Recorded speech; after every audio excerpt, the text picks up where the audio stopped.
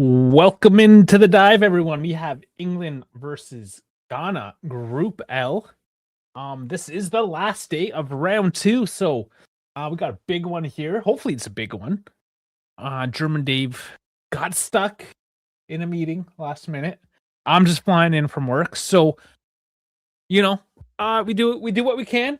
Sorry for the couple minute late start here, but we will be underway here now. But before we do, I ask you guys, please, no matter what platform you're on today, please like, subscribe, follow, share, whatever it may be, because we are everywhere. We're on YouTube in both directions, vertical and horizontal. We got Twitch, X, Instagram, Kick, and Assist. So whichever you're on, bio description, it's all there. The links to everything, as well as our Discord, to keep the conversation started. So, because we are in a bit of a rush and we're starting in about a minute, we will quickly go over the two formations here for the day. 4-2-3-1 for England. Pickford in net. Spence, Guehi, Konza, and James in the back. Midfield pivot of Rice and Anderson. Up top, you have Gordon, Bellingham, and Madueke, and Harry Kane as the striker. Standard 4-3-3 for Ghana. Asarte in net. Mensah, Opoku, Ejeti, and Senea in the back four. Sibo, Partey, Kie in the midfield. Semenyo, Ayew, and Williams up top. Of course, Thomas Tuchel and Carlos Queiroz are your two coaches for the evening.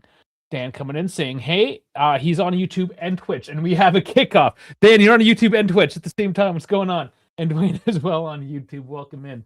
And here we go. Show comments on stage, just so you know. Because we are multi-streaming everywhere, your particular stream may not show all the comments, so we do show it up here. So you can see from everywhere, essentially. It doesn't matter if it's Kick, Twitch, YouTube, what have you. It's all going to show up here on screen. Okay, so we got Dwayne going for England. Dan is in England as well, so we might have two England guys.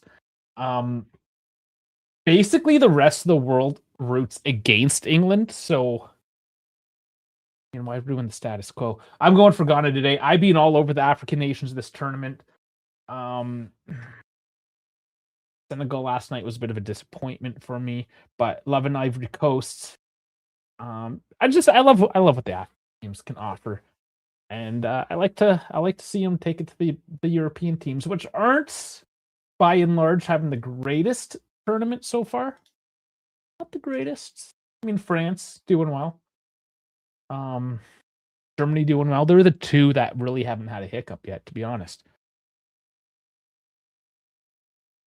Yes, and that's right, Danny. You had mentioned that too. You're following Scotland as well because of your family. So, and that's just up north of the border, right? Okay, let's get scoreboard up and synced for everyone as well. Just give me a moment on that. We're, like I said, a little slow on the draw today, but that's fine. We'll catch up.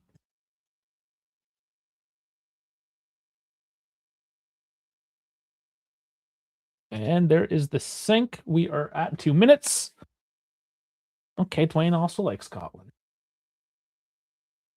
What's the bandwagoning over here, guys? Like England and Scotland, you can't choose both. MD Camruzaman says, "What up, dog? How's it going?" And Akwasi Boateng is going for Ghana. With the name like Boateng, I would imagine so. Spain looked okay in their second game. Their first game was embarrassing. So, I mean, same with Netherlands, especially Belgium now. Now it's common for teams like even Argentina losing their first game to Saudi Arabia in Qatar, and then going to win the thing. So that does happen. Even Italy, I remember when Italy won it, they're notorious for starting slow. A lot of these big European teams do start slow. So the question really was, how do they show up match day 2? And, well, for me, it's still very much France. France, Germany, and we'll see what England does tonight. The other teams, like the Dutch, did okay. Norway did, but that's the thing, they're doing okay. They didn't really give me that huge confidence to say that, yeah, we're here to play. We're going to dominate this tournament, so to speak, right? Because we will. This third round is going to come quick and fast. It's a lot compressed, the third round, and we will be starting the round of 32 on Sunday. So we have to start kind of looking at this round of 32 table and how it's starting to develop. We already have a couple teams confirmed through: Germany, USA, France. I might be missing one or two in that. I have to actually. I think I can check that pretty quickly, to be honest. So let's see who's confirmed. But we also have a few confirmed not making it. So currently, Germany, USA, that's right, Mexico, Argentina. 4 teams are confirmed. England can confirm it tonight as well.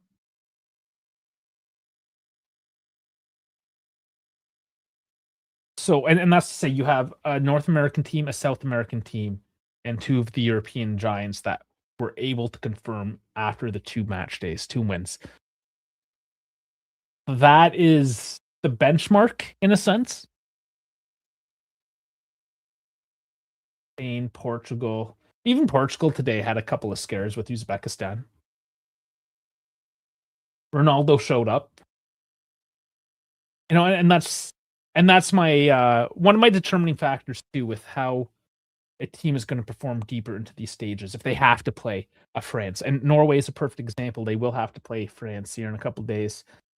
And I've been saying it. You take Holland off that team, and I'm not too sure if Norway has a rest of a squad to really put one together, right? Whereas I think if you had a big injury on the German, the French, the English team, they have enough depth, or Argentina as well. They have the depth in their squad that, yeah, maybe they won't be quite as potent, but they're going to be okay. They're going to continue up those wins. Whereas, again, you take Holland off in Norway, I'm not too sure. That's not to say Norway is a crap team or to like shit on them, but I'm talking about going the distance into this tournament. Oh, I know Canada plays tomorrow. You don't have to remind me that Canada plays tomorrow. And that will be our next stream. Is 3:00 Eastern time. That would be 5 in England, 6 in Central Europe. And since Dwayne is here, that will be, of course, 6:30 in Newfoundland Town.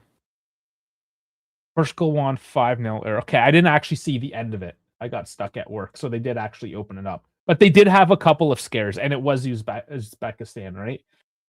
And it's those moments, like Norway, in the 90-something minute, they're up 3-1. They just had to close the game out, and it got scary for them. And I know I'm picking on Norway a lot, but that's because Norway has been one of those teams that's been really propped up ahead of this tournament. But I'm seeing the chinks in that armor. 4:30. Oh, I assume. Yeah, no, I did screw that up. I said 3 and then I thought 4. So yeah, it will be 4:30 Newfoundland time.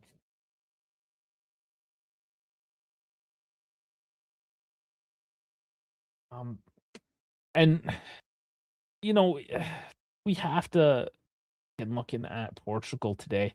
Because I saw the first half. I didn't catch a lot of the second, which obviously things opened up a bit. So I'm gonna open that up. Just look at the stats, see what I missed. Own goal, and then Rafael late. Yeah, and we've seen a few of those own goals from these types of teams as well. Ronaldo, and that's another thing, right? Norway relies on Holland to open things up by a couple goals. Argentina relies on Messi to open up a couple goals. Portugal relies on Ronaldo. You got to rely on your big names. What happens if any of those guys go down, right? Mbappe. If Mbappe goes down, is France going to be like, no, we got, and they should, because they have the depth to do so.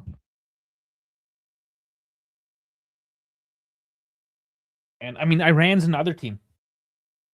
I don't want to say it, but for the casual fan, their team is basically a bunch of nobodies, and then Taremi. No Taremi, no party. Shumadurov, however you say it, from Uzbekistan, right? They got like one star player. Up until recently, Canada, same thing. You had Alphonso Davies, and then nothing. Now, okay, you got to promise David and Jonathan David. They're starting to come up. Yeah, but you know what I'm saying? It's a long tournament. It's even longer this year with another set of rounds to go through. After today's match days, we're gonna have that picture of like who's serious, like who's an actual contender at this. Because a lot of our predictions have been wrong, and not just like us here on the dive. I'm talking about just the football community. A lot of us have been very wrong so far. Turkey. I mean, Turkey's officially eliminated, right? Bellingham, that looked like he might have had just enough space. Gonna close the door down on that one.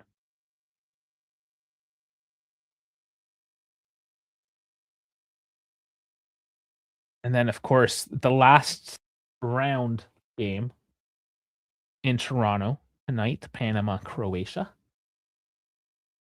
Just looking at tickets. Tickets dropped to like $200 there. I half thought about taking a drive down to Toronto to catch that, but then I would have to get back home again.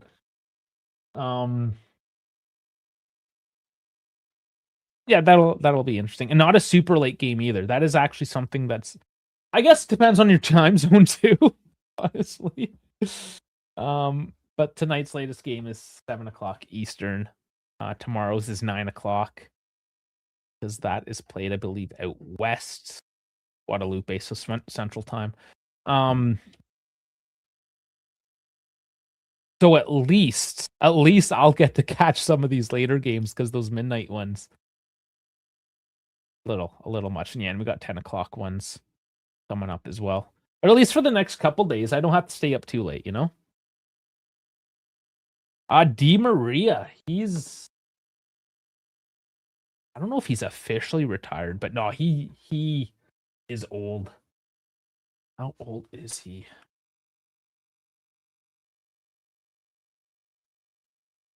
Yeah, and he is back in so he's 38. And he's playing for his hold up, almost missing something here. Playing for his hometown club in Rosario.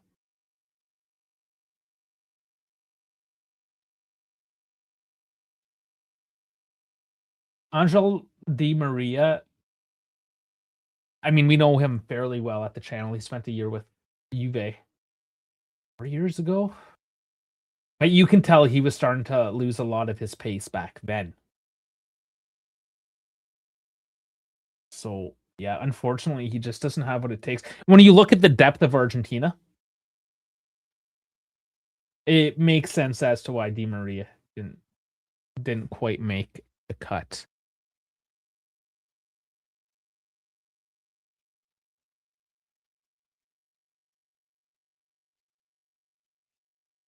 Okay, and I just looked it up here. He officially retired from international football on July 14th, 2024, following his victory at the Copa America. There you go. Going out on a bang. And that's true. I mean, Argentina won the World Cup and then the Copa America, as well as the Classico or whatever they called it between Italy and Argentina. Argentina just basically won everything in a row. Yeah, BJ's calling it. Yeah, I didn't know he officially called it off for international. I figured he just aged out of it. I didn't realize he hadn't made that statement official. All right, dead ball situation here for England. Fair distance. A doable taken and just over the bar. Not a bad look from Declan Rice. And Dave must have really got held up in a meeting tonight.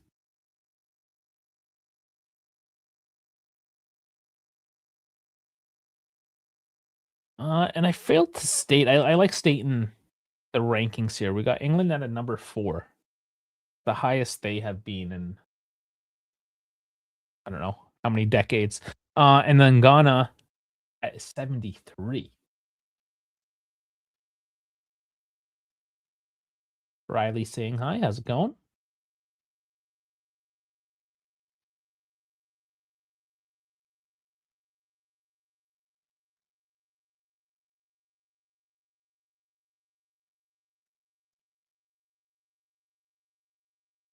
Oh, and this is Harry Kane. He's getting up though. He's looking all right.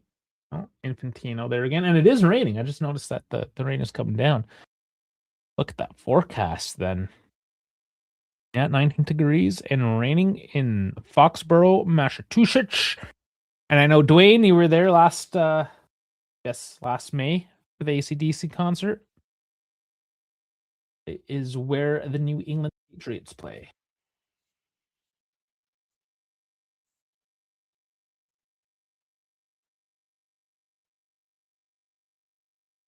XQC isn't that QC the guy from Quebec, the gamer XQC. He's retired now too. Speaking of retired, I think he's retired from professional gaming because it's like well into his 30s. Actually, now how old is XQC? He's still streaming on Twitch. Oh, he's 30, which is old for a gamer, for a professional gamer. He still has a really bad haircut. He's from Laval, outside of Montreal.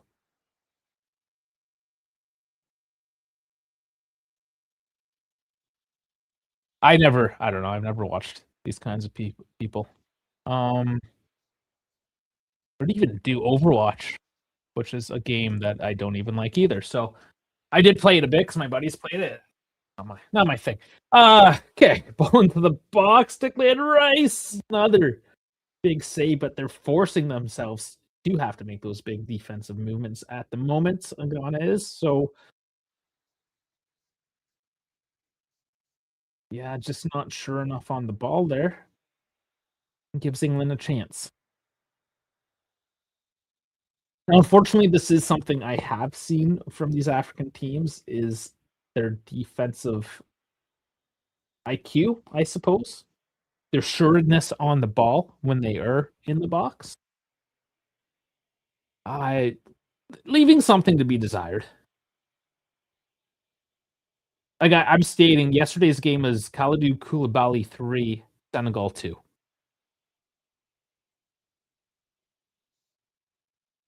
He's just Riley's just full of random references here. We got the 6-7 going, and it's not coming home. That's something we did back in 2021. We were certainly touting that phrase a lot, or it's coming Rome was what we turned it into.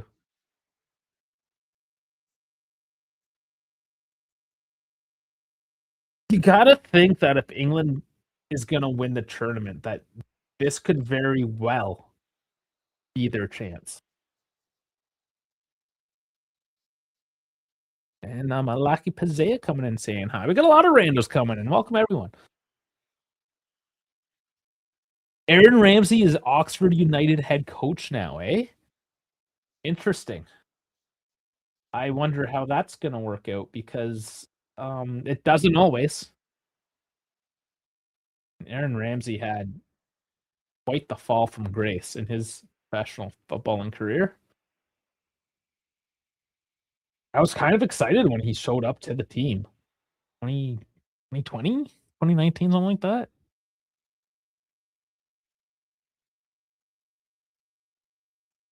Back then, anyhow.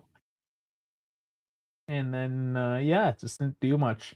And then I remember it was Pirlo played him as a defensive midfielder, a deep liar, and he actually did okay.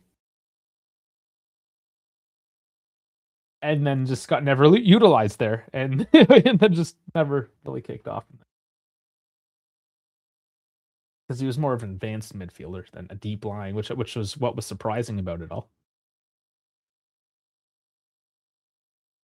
New Zealand, love the Kiwis. They do not have a great football team.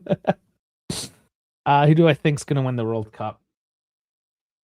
I put on conspiracy theories alone Portugal. If I had to put somebody on pure skill on paper, and from what I've seen so far, it's going to be France.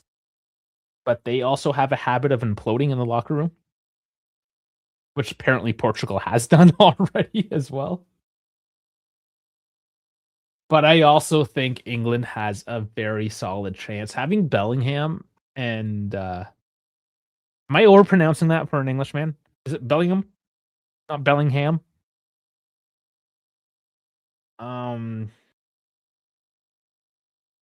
Yeah, Kane and Bellingham. I'm saying it again. Up top is pretty gnarly. Decent midfield. Yeah, they're not even playing all their number one guys, I would say right here. Got O'Reilly on the bench. Jordan Henderson. He's a bit older too, though.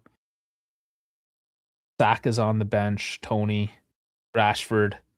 And that's part of the thing. They might not have good all around, out and out world beaters, but they certainly have a lot of depth in all positions.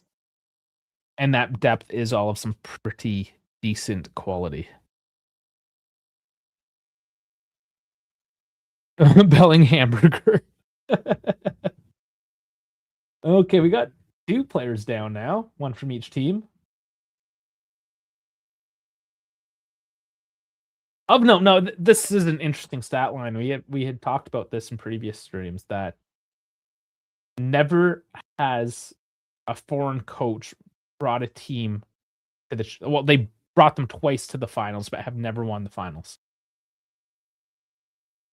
So with England having a German coach, I know it's just a stat, but I mean Tuchel is a pretty renowned coach.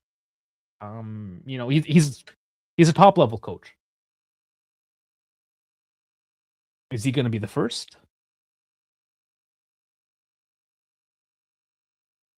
We just throwing down Kiwi players right now.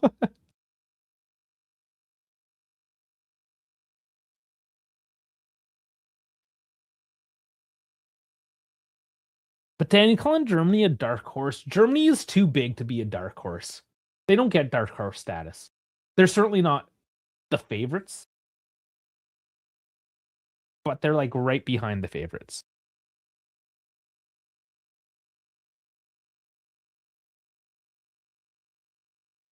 Bellingham's the youngest player to reach 50 caps. He's still only 22. That's impressive. Take him away from all the drama at Real Madrid. Maybe he's a little more grounded with the English team.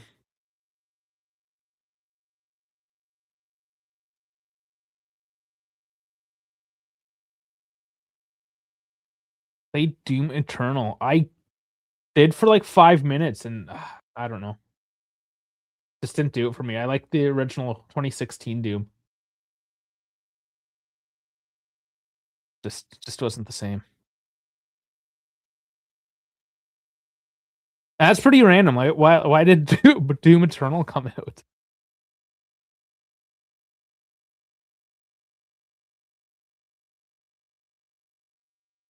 Belgium has been.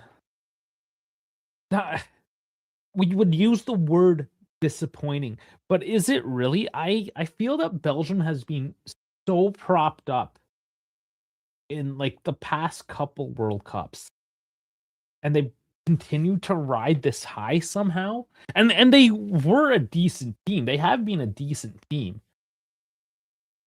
but they got old, and they didn't really refresh the team. They never got back to that stature, and they're still ranked number 9, basically just running on past successes at this. So on one hand, you're like, Belgium, like, what's going on? But on the other, you're like, I mean, it kind of makes sense as well.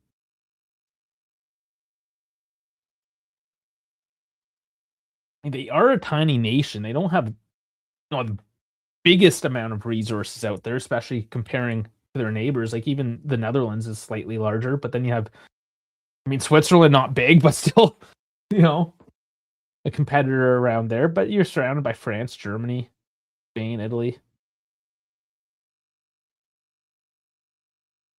They've done well. What is the population of Belgium?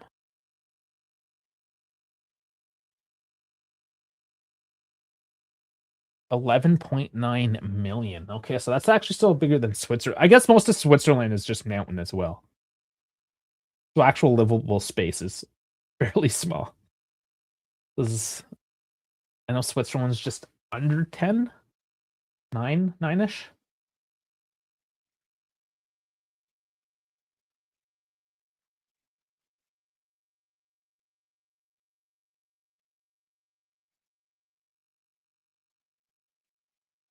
I don't even know what's happening with the chat today. Why would we troll people? Just in general, why would we troll anybody? I'm just here to troll the England fans if I'm going to troll anybody. But I think England should, they should be comfortable today. Ghana has not had any of the ball.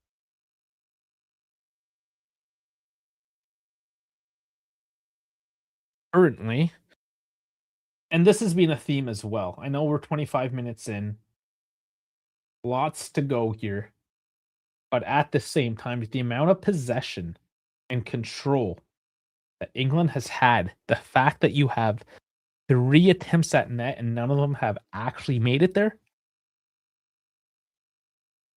something has to improve on this, right? And you know, there's these low blocks that you have to break through, and it's difficult to do so. And we are at a hydration break now. No, it's super difficult to break down a low block.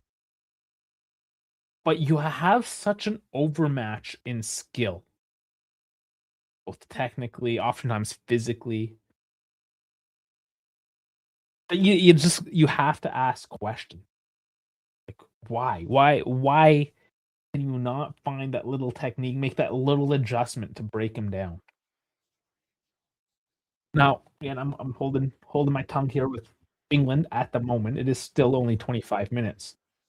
But we've often had to wait until the second half for these teams to wake up. Italy is definitely not in the World Cup. Not this time. I'm just saying, like, I know I mentioned them, and maybe I shouldn't have because they are not in the tournament this time. But I think that's a bit of a discussion to be had in that Italy losing to penalties, Bosnia. Now I agree, Italy, they needed this to happen because now they are actually fixing things. They fired everyone. They're reestablishing the whole hierarchy. You know, we like to think, well, time will tell. We like to think that they've made these changes and improvements now, or they're in the process of doing so. But then you look at Bosnia, the team that did go through, and you're just like, man, you play bad football. We trash on Italian football a lot, but Bosnia, another relatively large team. I mean, they're ranked 64th, which I mean, I guess in a sense it's impressive that they were able to get by Italy to get into the World Cup. But I just feel, because you look at Belgium's such a perfect example in this sense. But all the big teams, other than France, Argentina, Germany. Even Germany's first 30 minutes was rough, but then they won 7-1. I feel like a lot of these European teams have just been overhyped due to their historical prevalence. But now you have a lot of these teams from Africa and South America, and even like Japan, like these teams coming out of Asia. I mean, USA, Mexico. We'll see what Canada can do against Switzerland as well. Like even some of these North American teams now. Like there's a parity that is starting to develop throughout the world. It's actually becoming a World Cup, not just the Euro Cup with Argentina and Brazil. And maybe Uruguay kind of idea, right?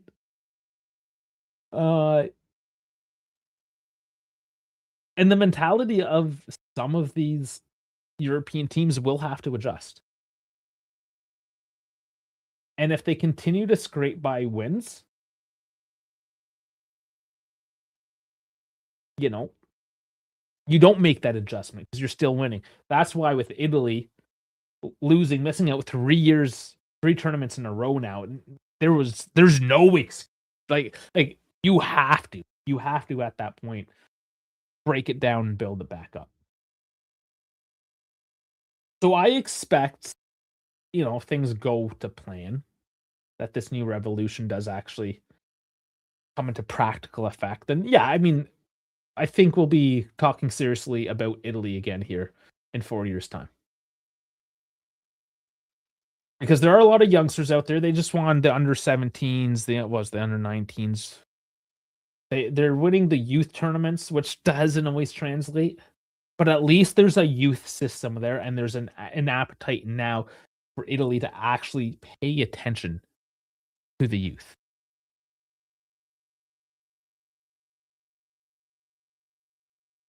Because, I mean, we see, you got Bellingham here, 22. He's already been playing for a few years. And then Yildiz for Turkey, 19. Diomande for Ivory Coast, he's 19.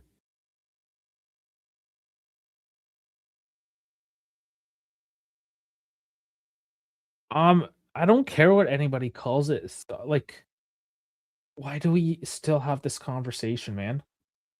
Soccer, football, calcio, football.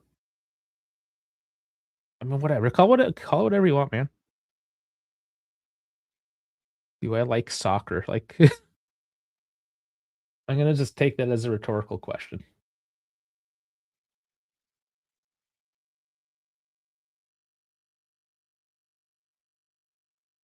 We are half an hour in, and this is similar tactics of what we've seen.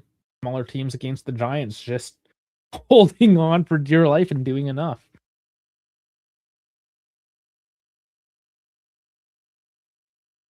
And Daniel Barry Sports Highlights saying, "What's good, everyone? Happy Tuesday." Do you have a sports highlight panel? I'm gonna have to check that out. No, you're on the phone stream.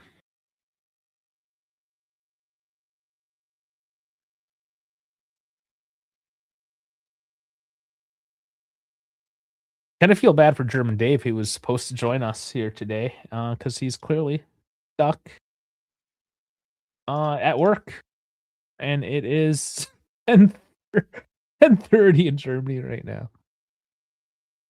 Okay, checking. Okay, it's mostly NBA stuff. You're an NBA guy, and I see Chiefs and Saints.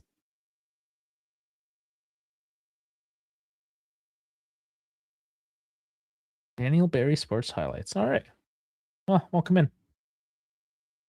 And like, why R.I.P. Olive Tree? Italy's not it's not even like the biggest producer of olives. I mean, yeah, they have a lot of olive oil, but so does Tunisia. Tunisia's here.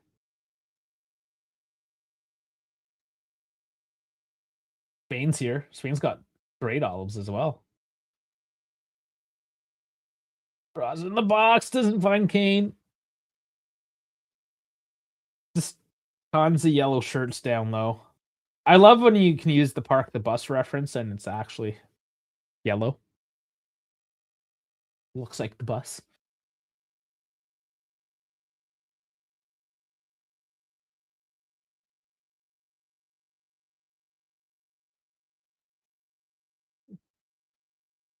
Yeah, just two guys going in for that block there. And that's why England is having a hard time getting anything past the defensive line and actually making a shot on target. It'll happen, I'm sure.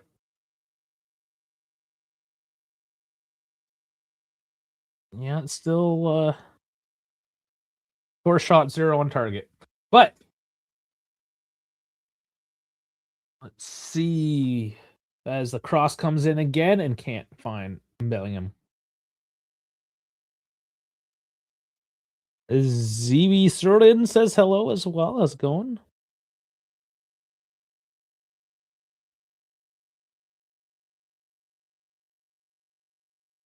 Oh, Oliver Tree is a person. Yeah, I gotta see who Oliver Tree is.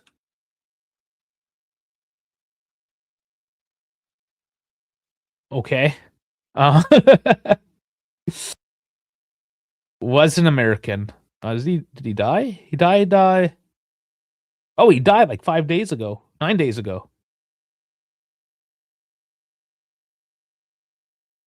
So okay. Italy helicopter crash in Brazil. I don't know if I know this guy. I'm gonna have to listen to some of his music.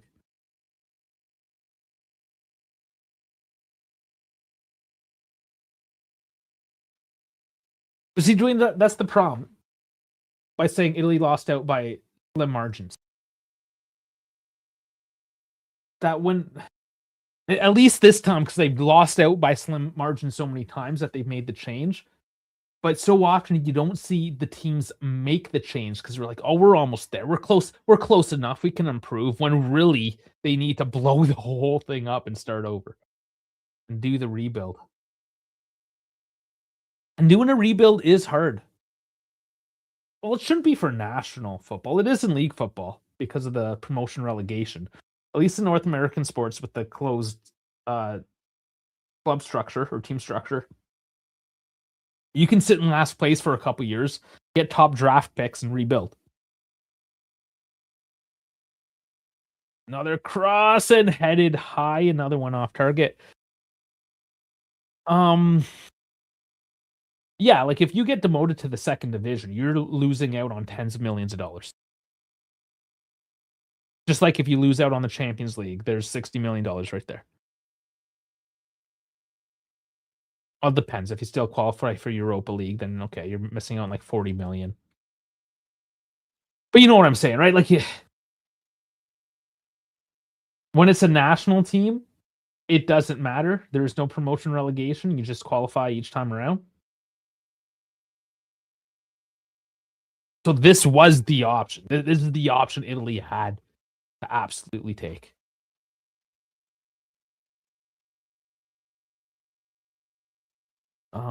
Michael? What do you mean a Michael fan? Michael? Who's Michael? That's like one of the most popular names.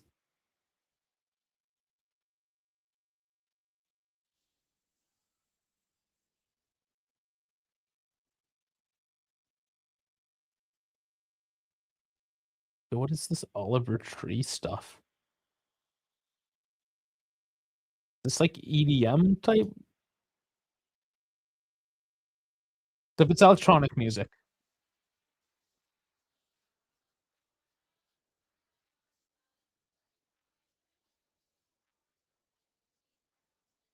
Yeah, I don't think this is something I would have ever listened to.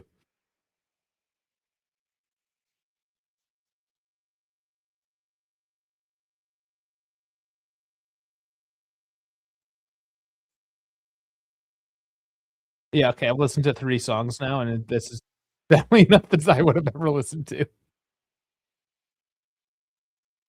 They Brazil haven't looked convincing under Carlo at the World Cup. Okay, I mean Brazil's worth talking about as well. Wake up my camera here. I think I'm gonna buy a new camera. I mean, this is a nice camera, but it's not meant for sustained streaming. Like it's an actual camera. It does not like to be on for hours at a time. I notice I have dog hair on my microphone. So, Brazil. No, they haven't looked convincing. Yeah, me and German Dave were talking about this. The last time they looked convincing was in Brazil. It was 12 years ago. And then they lost 7-1. And they just have not been the same since. The thing I see with Brazil is that there's a lot of great individual talent, but they don't really have that cohesive unit. Like it's a lot of individuals. And if any coach is gonna fix that issue, it would be Carlo Ancelotti. I don't know if he has enough time to be able to make that change. We'll see. We'll see. They could be another team with a fairly slow start.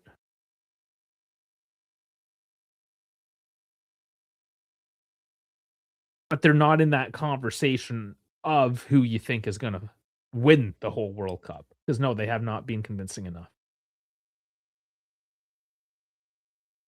But we'll see. I have some faith in Carlo Ancelotti.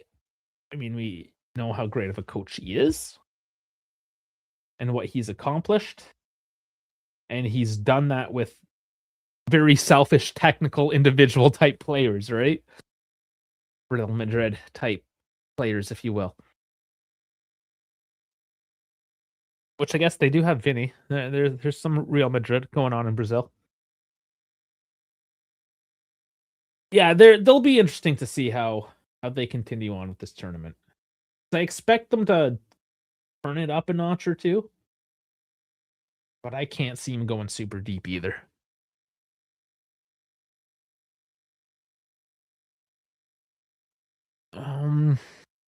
Yeah, BJ, the Brazil. My take on it is just they're too individualistic. And again, the parody of the world. Ooh, that was not good by Rice. Just stepping. Who is he on? Oh, yeah, there's the yellow. There's the yellow card. But we have a Ghanaian player down. Who would that be? I haven't got a good look yet.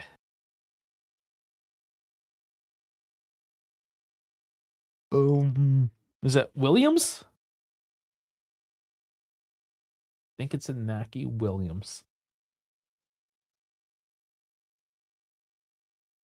Number 18? That was 18. That was Opoku.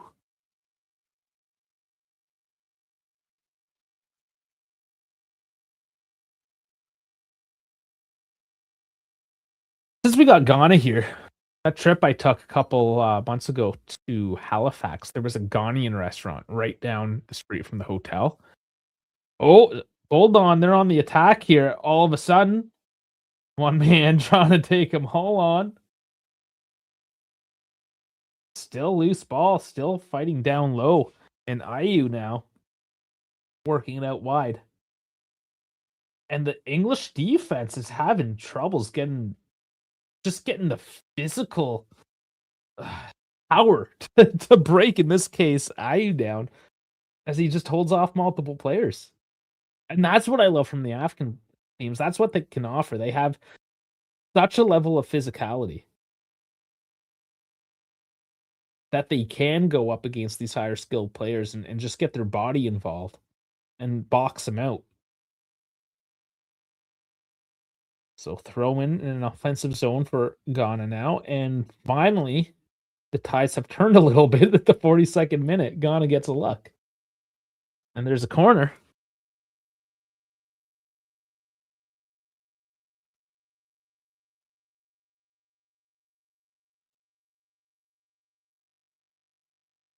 Well, let's see if they can build up from here. This could be an exciting end to the half. Yeah, I'll show you here in a couple minutes the momentum map. It's very white for England.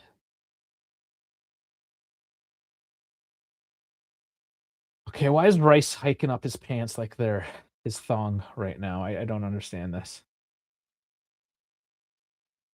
Ooh, that corner kind of got some lift on the ball. I don't think it went right where he wanted to, and it is defended away.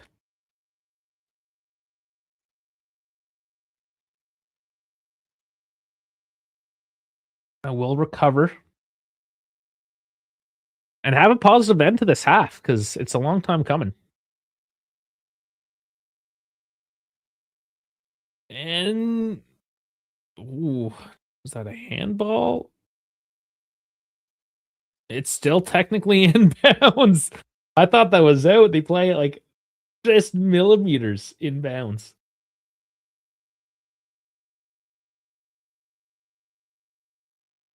Oh, why they didn't call up Udus? Uh, that's a good question.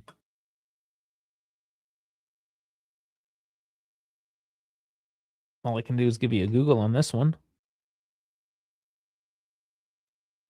Severe quadricep injury and a subsequent hamstring relapse. Oh, at least that one was straightforward. That was an easy question. Easy for Google, anyways.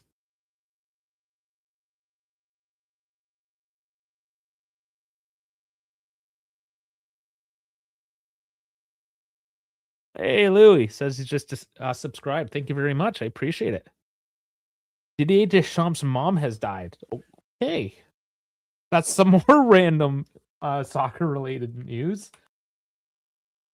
Now I'm Googling Didier Deschamps' mom. Usually I'm Googling Adrian Rabiot's mom.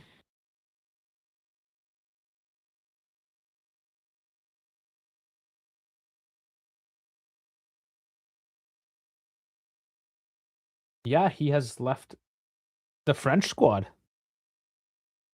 22 minutes. Oh, this is breaking news. Thank you, Dan, for bringing it up. Like literally just coming out within the hour.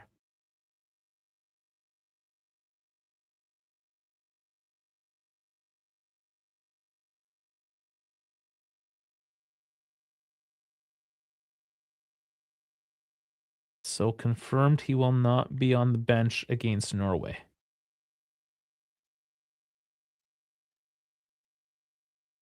And you know, like these keyboard warriors on X to say goodbye to his mom.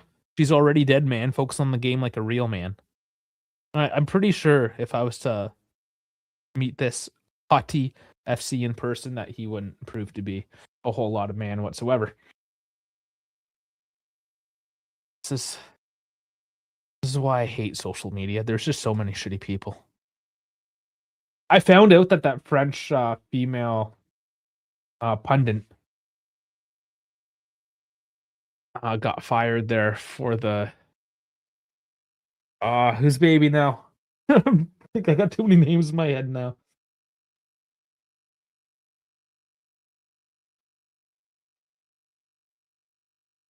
Oh, help me out, chat. From Senegal. Went home to see his baby. Doku, thank you. Not that it's from Belgium. Yes. Oh man, not Senegal. The other game, the game I covered on 2 days ago. It's all starting to match together. Yeah, Jeremy Doku. Thank you. He went home to see the birth of his firstborn, and so many people were trashing him. However, the French pundit uh hasn't made an official apology. It's just been taken off whatever the coverage. And there has been a lot of support as well, of course, right? Not everyone's horrible. Just the horrible people are the most vocal about it.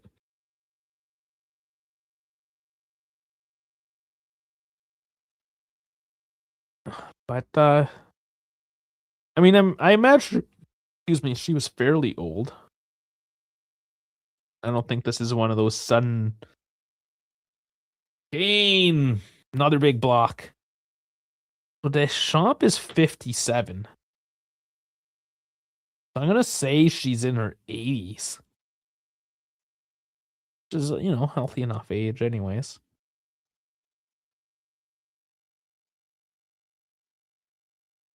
But yeah, at least it wasn't any like sudden, unexpected type thing.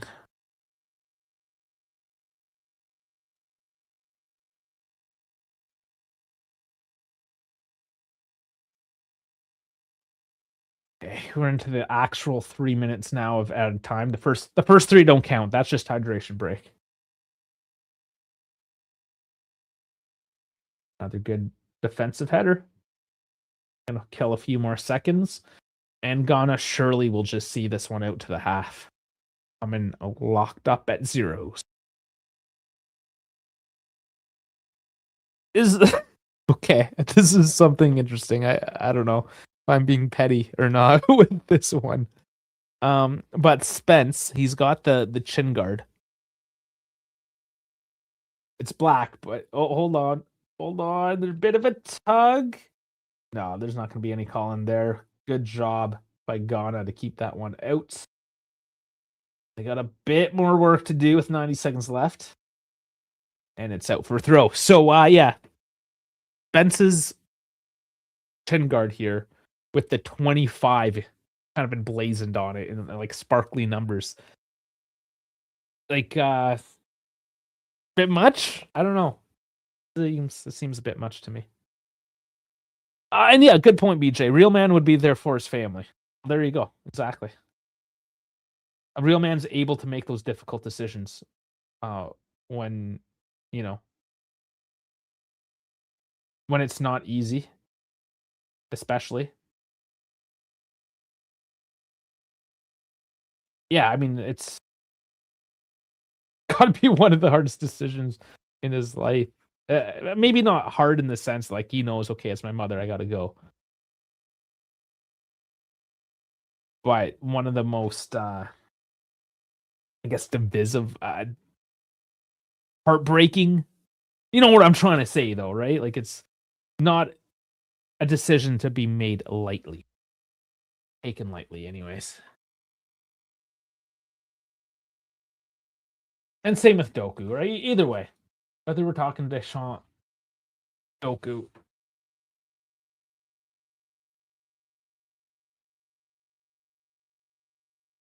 If we were talking about the final, like things, because one of the arguments there is, oh, it's a once in a lifetime thing, right?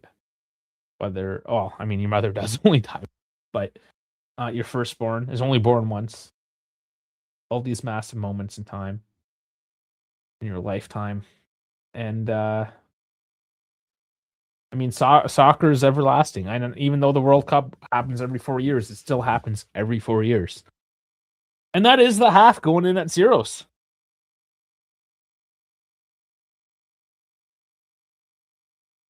But again, like the people that say these things on the internet probably aren't even men.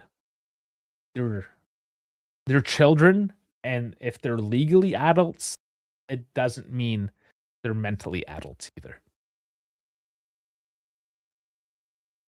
Okay. I'll look at some of the numbers here now, and I guess I'm surprised again with the score line so far, with the overall performance. Still pretty standard. You got some sixes, you got some sevens. Both teams, nothing outstanding really to talk about. Declan Rice with the only yellow card. But yeah, I gotta say, like, haven't seen much from Gordon, haven't seen much from Madueke. A bit from Kane and a bit more from Bellingham.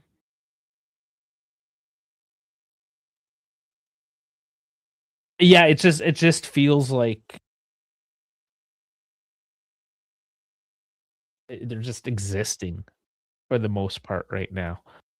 We're gonna look at the numbers in a second, but by and large, Ghana's kind of just let England have the ball. The numbers will be naturally inflated in that sense. Let's look at Ghana here quickly, and we will jump into the stats. Backline, of course, getting some decent numbers because, well, they're actually having to defend something. Aparte getting a 7-1 for dictating the midfield. Nothing really else. But why does this one guy get a 6.1? Jonas Adjete, 22-year-old from Wolfsburg. 7 for 14 passes, 2 for 5 long balls. He's losing out in his ground duels and aerial duels.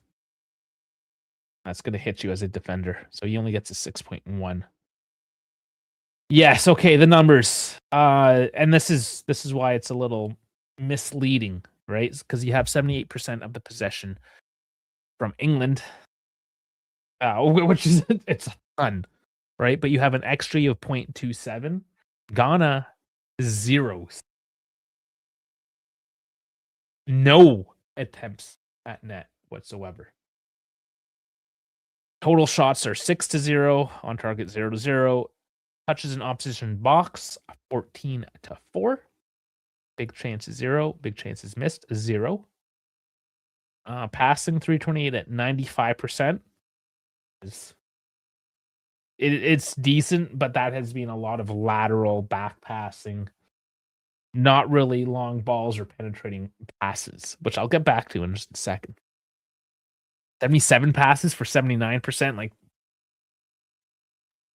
yeah. Yellow cards 1-0, corners 3-1.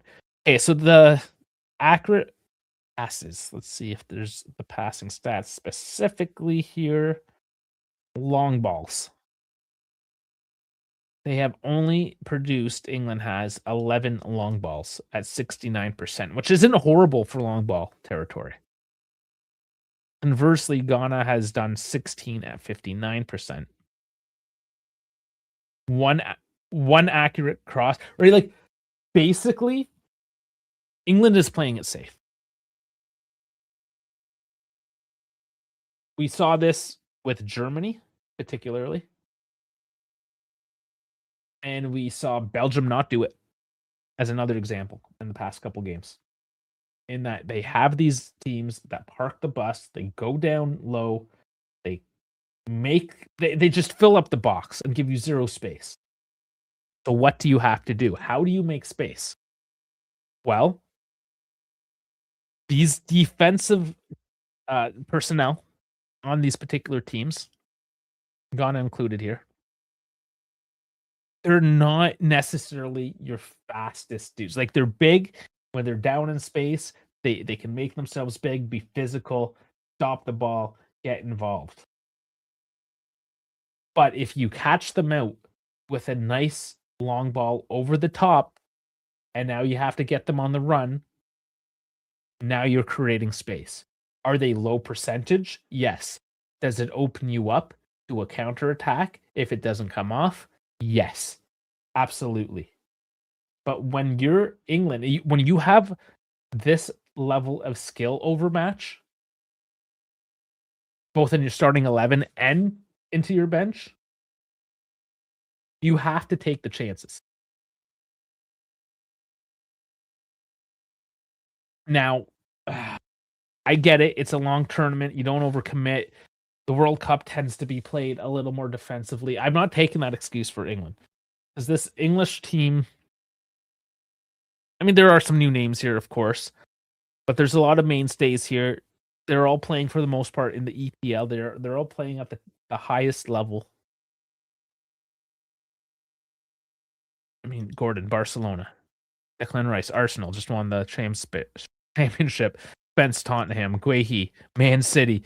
Hansa, Aston Villa. James, Chelsea. Anderson, Nottingham Forest. That's the worst team so far. Madueke's Arsenal. Bellingham, of course, Real Madrid. Kane is at Bayern Munich. Pickford playing for Everton. Right? Those are all EPL teams. And then you have Barcelona and Bayern. Which, if you were to pick a couple of teams not from the EPL, those were probably a couple of the names you would pick out, right? So, I mean, let's just do this. Sanaya plays for Auxerre. Adjeti, Wolfsburg.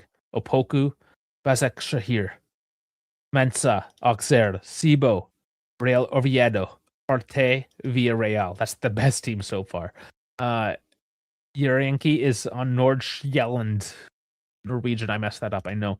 Semenyo. Okay, Man City. We got a Man City. We got a Leicester from IU and an Athletic Club for Inaki Williams. So just by doing that quick little game of seeing where all these guys, like you can tell a skill overmatch that England has.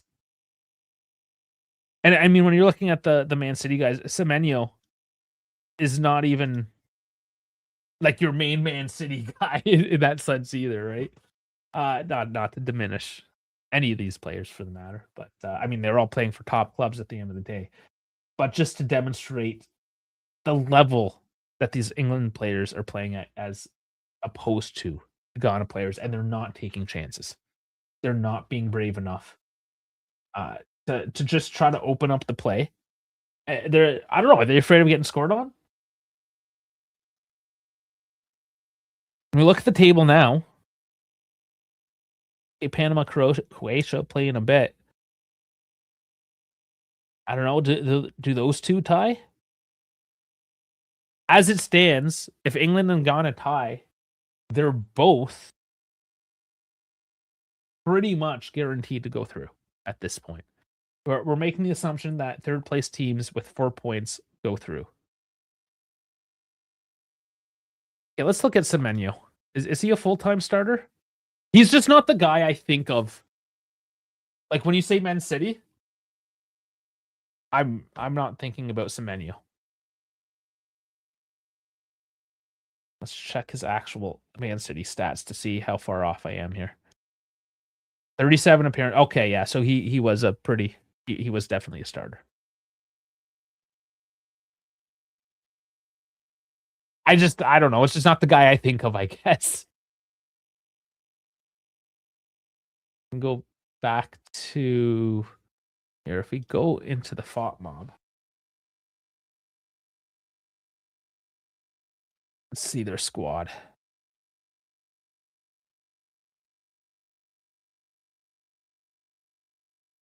Semenyo.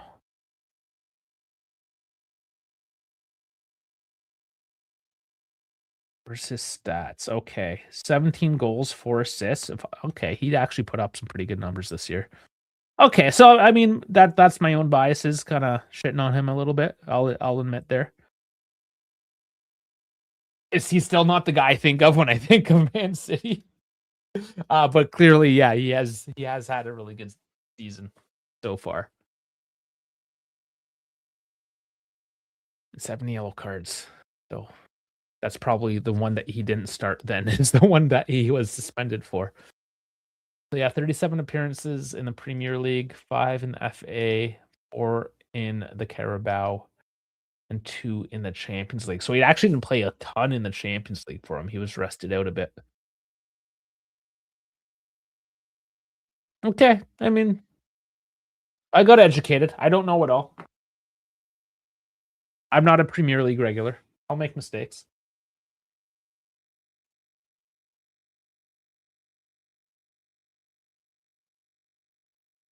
Maybe now, when I think of Man City, this is I'll think of the menu. But yeah, just like looking at who they have. I mean, yeah, they got Donnarumma now, Rico Lewis, Don Stones, Ake, Wahi, Bardiol, O'Reilly, Kovacic, the other Nico Gonzalez, Rodri, Kelvin Phillips.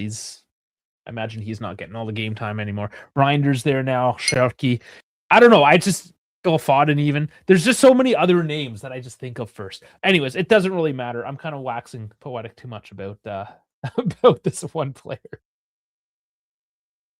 Let's do a bit of a time check. Let's see how much. 3 minutes. 3 minutes, 20 seconds till the half is over. Okay, they're talking about Didier Deschamps now here at the halftime. I mean, we can talk about that a little bit. Norway versus France, even with Didier Deschamps, I think France walks over Norway. The Premier League tax on these players is crazy. Yeah. No, it absolutely is because Semenyo is valued at 80 million. Like, jeez. I guess. I don't know, man. That's the business end of things. It's the fact of the matter is that EPL is the most watched league. One, because it's English and it's the most spoken language. That certainly helps, especially when you're talking about getting fans from America to watch. Like, if you see a fan in Canada or the US, it's probably Man United. If they're younger, it's probably Man City. Like people my age, it's all Man United. It's the 90s, 2000s. Yeah, just maybe some Liverpool here and there. But you know what I'm saying? Like it's there's only a couple teams that people pay attention to, and it's mostly the Premier League because it's English. Also, I mean, the Premier League was modeled, right down to the stadiums and the merchandising. Like it's modeled essentially over the NFL, and a lot of the ownership comes from American investment groups or like Saudi, whatever, Arab investments as well. But there's a lot of that American influence within the Premier League. And the fact of the matter is if you want to make money in sports, it's all about TV rights. And now, social media, having that account, and we make fun of Juve all the time and all the corny shit they do on their social media account. But the average fan, I don't know, let's say the 16-year-old fan who's just like really getting into it. He's on social media. He's got the social media brain. He can only pay attention for 3 seconds at a time, right? So he just gets his little tidbits of info through social media. Like that's the new frontier now. And the Premier League is at the forefront of all of that. They get to dictate the value of things. I mean, you can argue if the football is better than any other football out there. I think it comes down to a matter of taste. It's not that it's bad football. It's just different than Spanish, French, Italian, Portuguese, Dutch, what have you. But even so, that all of that's changing. It's kind of funny because we talk about the Super League and how it's killing football, it's killing it for the fans, blah blah blah. Well, no longer are the fans for these big teams the guy that grew up across the street. There's some dude from New York. And he's the one that's going to spend the money. And the other thing, not only that, not only are these big clubs all international, pricing out because the average fan can't go and afford to watch a game anymore. But some tourists, and I mean, I paid way too much to get tickets to go the Juve play in Empoli, right? It's once in a lifetime. I'm here in Italy. When do I get a chance to do this? Watch my team. Okay, here's a few $100. Let's go watch it. Whereas the local guy in Empoli, he can't afford. I paid $400 for 2 tickets at the Empoli Stadium, like a crap stadium. But it was like, okay, I don't get to come to Italy often, and when I do I get a chance to actually watch my team? No, I'm gonna pay a premium to go do so. And as that gets worse, all you're gonna do is have richer and richer tourists. I'll be priced out of that, and then the next guy will come. So, it's a slippery slope that we've gone down, and we see it here just with these hydration breaks. Just more revenue streams, and the clubs and the leagues that are able to open up the most revenue streams to the most amount of people are going to be able to put ridiculous taxes on the players in such a way that they continue to price out everyone else. And everyone else will become a farm league. And then we have a de facto super league anyways, right? So it's eventually getting to that point. But we're at the second half now. We're finally underway.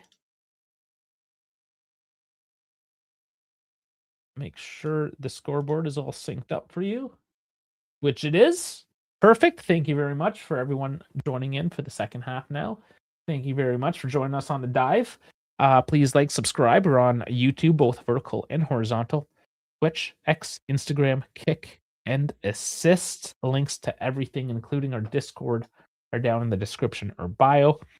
And please, if you could, we're trying to get to 2,500 subscribers here by the end of the tournament. So help a brother out. Give me an old subscribe. I got 4 in the stream so far, so thank you very much to everyone who has subscribed already. And Dave says he'll be there in 20 minutes. So we'll get Dave at the hydration break maybe. I'm glad he just finally got out of work. Okay.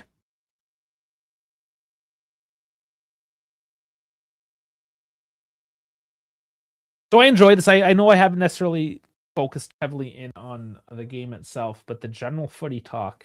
I mean, that's part of the World Cup. We are streaming every single day, right? So I love how these conversations are developing game to game. Because yeah, sometimes we don't really get to sit down and have a good conversation, or there's news we have to cover. There's always something, right? So we can certainly use this World Cup as an avenue to just explore different topics, throw out different opinions. Tell me I'm an idiot because I don't know the Menio stats. Things like that.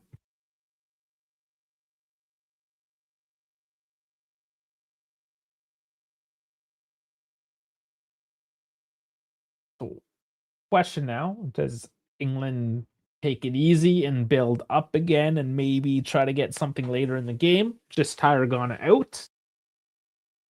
Do they come out swinging? Does Ghana change their game plan at all, or are they just going to try to snatch the tie? And we've seen this. You go up against a big team like England. Again, ranks 73 versus 4. There's a 69 rank difference. Yeah, you pull a point out of that, you had a good day. To score, I'm so. Oh, well, that's not going to be a goal because Bellingham comes back defensively to stop that play.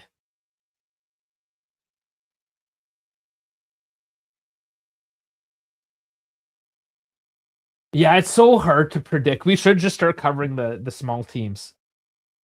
It's a bit of a catch-22. Nobody comes in to watch the small teams. You throw up England or Germany, everyone shows up. But then sometimes those games are just boring.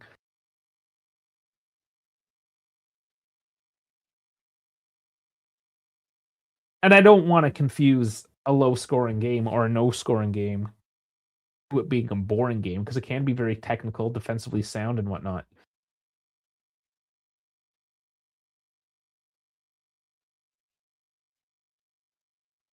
Yeah, there's part of it too. There was so much excitement earlier on in the tournament, so many upsets that it's kind of set an expectation as fans now that, oh yeah, we got to keep this going. It's got to continue to be exciting. Well, there's 104 matches. How many of those are going to be bangers? Oh man, and that shot does not come off. It goes well wide.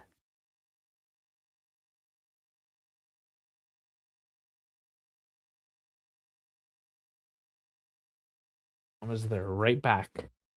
Zanea obviously doesn't have his shooting boots on tonight.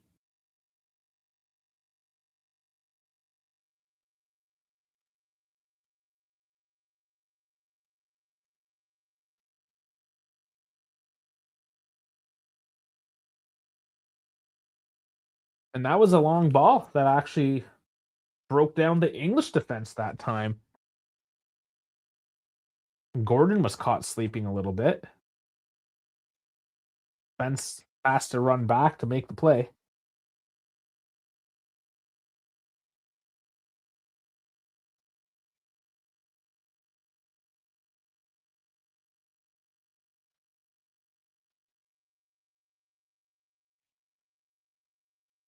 Yeah, it's still raining pretty well out there.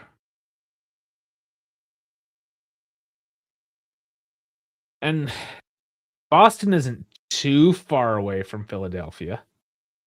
It's in the same general geographic area, and we saw in Philadelphia with France and Iraq getting rained out for about 90 minutes or so. Oh, hell yeah, I'm doing the Canada watch along, man. Absolutely. I had to rearrange my day to, to make that one happen because it's at 3 o'clock.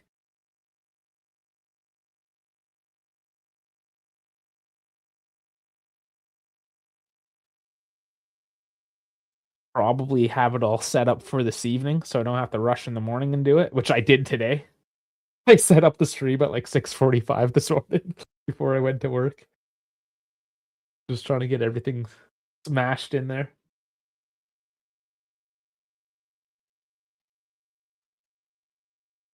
I was even going to do a short this morning, and I totally, I just forgot. I had too many other things that I wanted to do. Hate what? Okay, who we hate watching though, BJ? Both teams, Swiss, Canada.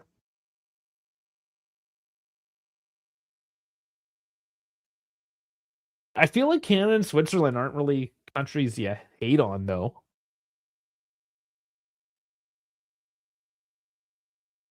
But I do have a feeling that that it's going to be a tie game tomorrow. I don't know both. So you're troll hating essentially is what it is, hating for the sake of it. Yeah, I have my early predictions there because if Canada ties, they still come in first. Currently, that puts them playing Belgium, which is probably not the team you would expect to play coming in first, going to the round of 32. I know we kind of just trashed on Belgium, but they're still a team that can put something together, right?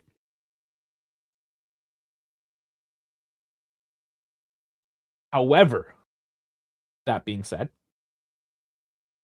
if Canada does finish in first, they then have a week break and stay in Vancouver. They don't have to travel. And it's still a home game. Everything's perfect. If they come in second, they have to play with only 3 days rest and they play in LA away from home and have to travel. So it really makes sense for Canada to put in that extra effort, knowing that all those extra advantages come with coming in first.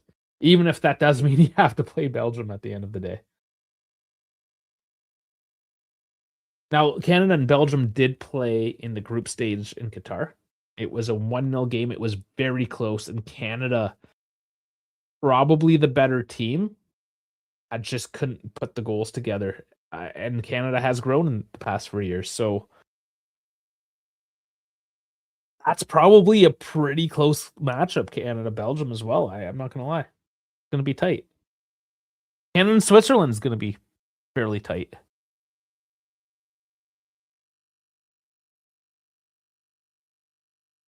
Switzerland ranked 19, Canada 13, so only 11 place gap on that one.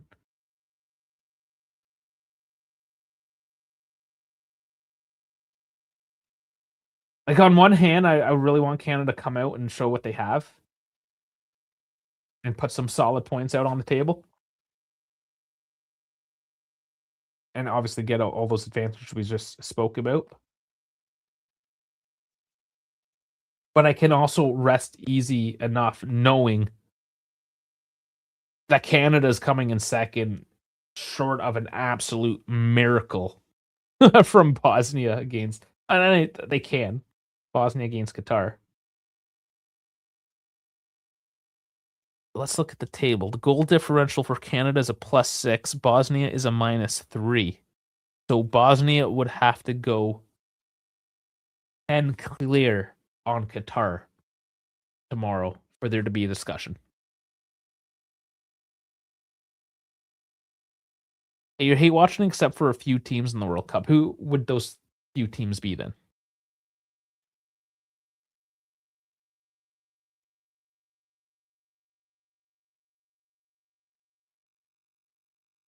I'm not doing a lot of hate watching myself, I wouldn't say. But I am definitely rooting for more of the underdogs. And it has seemed that I've preferred the African teams for whatever reason. England, Germany, Capo Verde. Okay. Why Capo Verde? They just your underdog?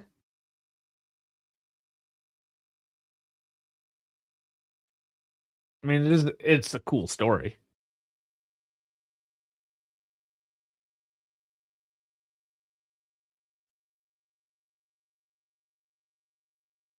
I more so don't want England to win because I don't want their fans to taste the victory. Because it's their fans that are it's real that's who I don't like. I respect the English national team. It is a good team. I just can't stand their fans.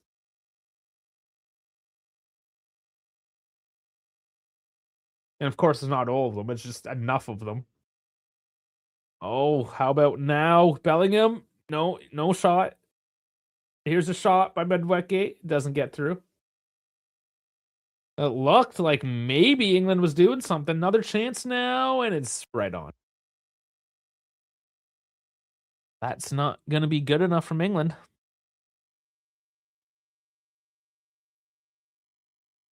And it's good pressure, but the final ball was very lackluster. And Bellingham, I thought, could have made a good attempt at it as well. How do you rage bait your friend when Portugal wins 5-0?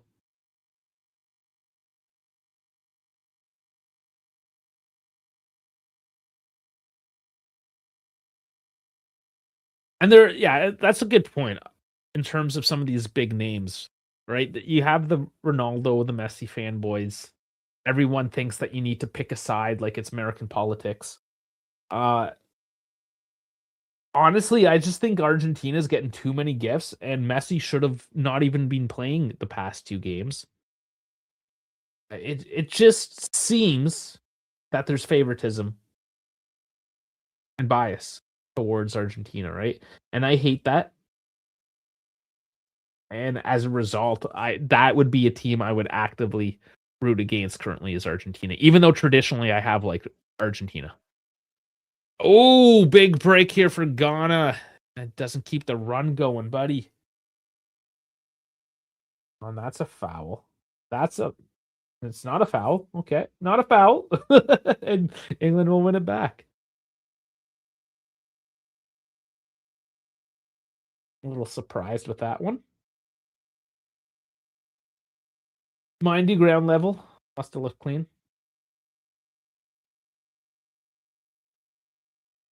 This kid on the television. Cute.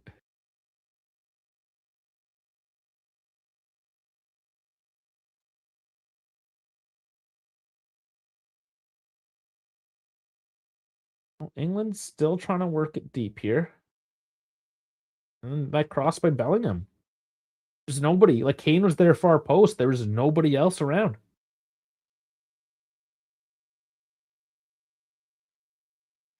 There's favoritism for lots of teams, to be fair. Okay, what other team is currently bad at the moment? USA. I'd say there's some clear favoritism.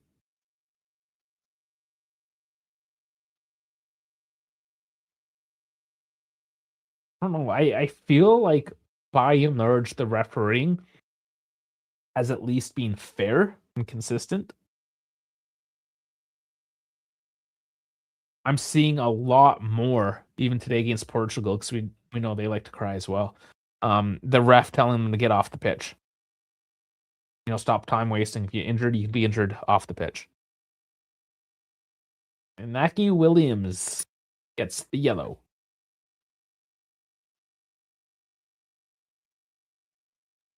And a wide free kick to Clown Rice, right the side of the box here.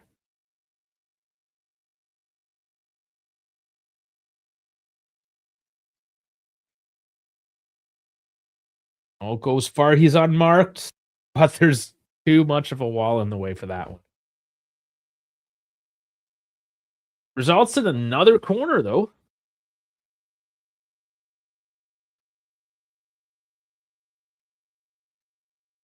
Anderson left unmarked. Just too much space there, really. Just shows how much they've collapsed down to protect the goal, but leaving some of those high shots available for England.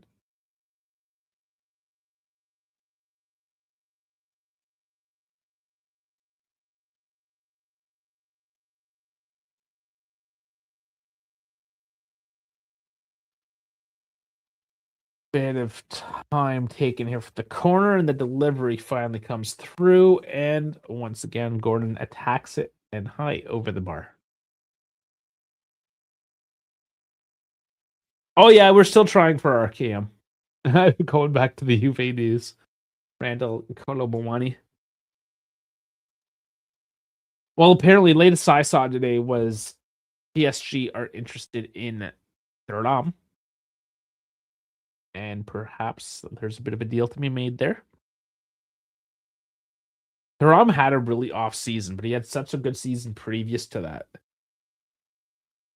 But again, Juve are in that situation that, okay, break it down. Sell the players. Get something a little more suitable, a little bit more budget friendly. They need to immediately sell 20 million or make 20 million by June 30th. Oh, that was a bad tackle on Kane. That's Thomas Partey. He should probably know better. That could be a red. It's not going to be, but okay, studs were down. It wasn't that bad. It wasn't that bad. Okay, it's just a free kick.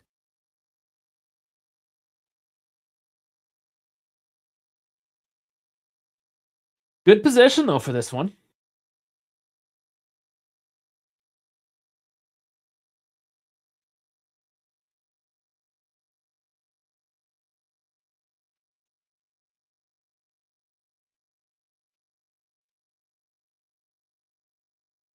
They have not been in a rush to get this one kicked off either. Any of these balls. Delivery in and headed away. On the volley. Gordon can't get it through. Another attempt, and it's high and wide.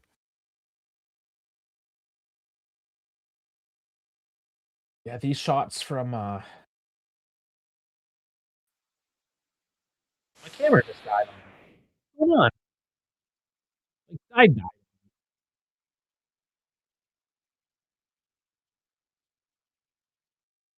Oh boy. Okay, we're back.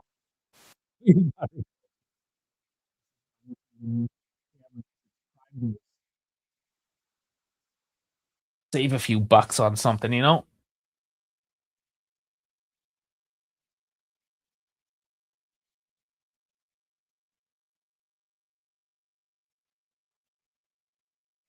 Now I know my mic is weird as well.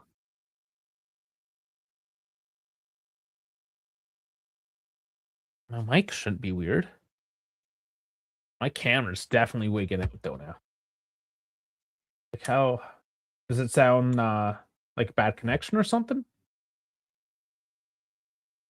Okay, never mind. All right. Hopefully this is sorted out. Camera thing is annoying though. Been annoying for it was fine. I don't know if it's just because the camera is a couple years old now and just giving up on life. I don't know. It's a Nikon mirrorless camera. It's not like just trash or anything. Probably just had a poor connection for a bit. We got substitutions on deck, though.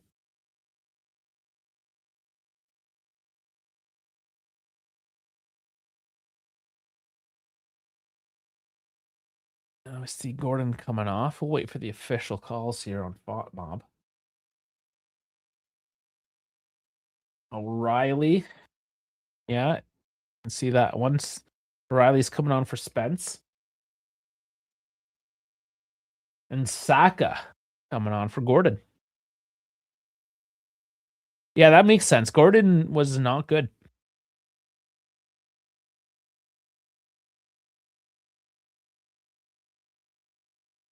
See, I'm not surprised by that change. Or Nico O'Reilly either. I'm not surprised by that one either. And couple here for Ghana as well.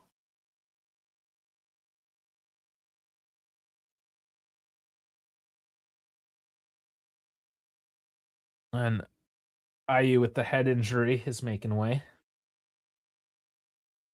This kid again. Funny. I bet you hanging out with the Ghana crowd would be pretty fun.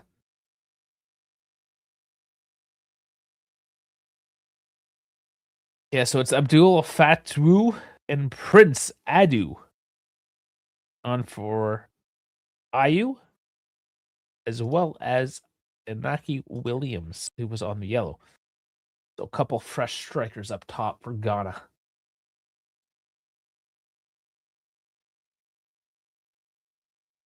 And does he get through? There's a collision keeper, and it is Prince Adu just coming on, making contact with Jordan Pickford. And does that contact happen outside of the box even? The ball's clear through. It is definitely outside the box.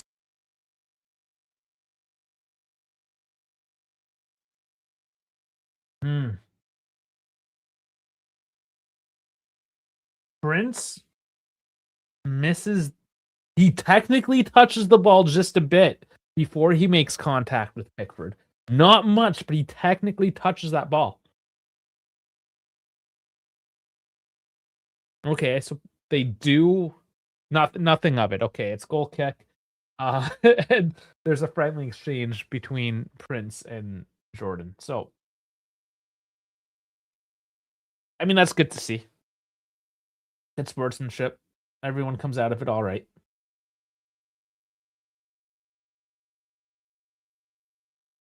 IU low key got aura. You think so, or is it just the head wrap?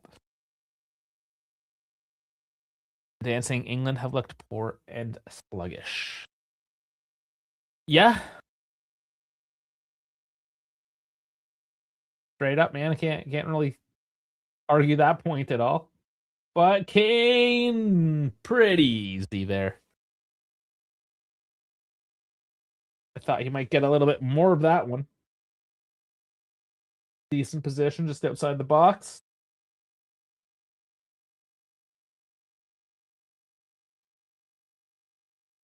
And we have a German Dave inbound. Hola, amigos. What is this working till 10:30? Oh, Jesus. Dude. Yeah, one last meeting that fucked me over, and the client wanted to go eat something and speak about a couple of other like formalities, and then we did that in a sports diner, so to say, in an American diner. Okay. And that carried on. Did you at least see the game at this diner? Sorry again? Was the game on at the diner? Yeah, it was. Okay. But it's not Well, like at it was least. worth. It's not like it was worth watching. Okay, well, I mean that's besides the point right now, but Yeah. Is this Yeah, for man, you that's so crazy. far the worst game you have watched?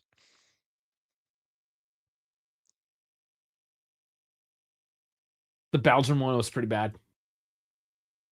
Which one? Belgium.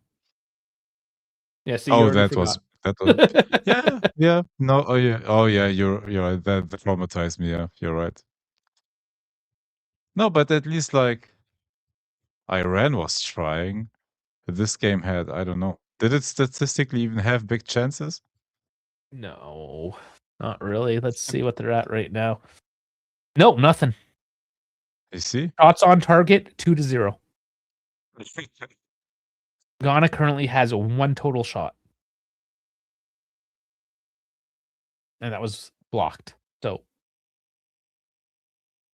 we're currently at an XG of 0.53 to 0.04.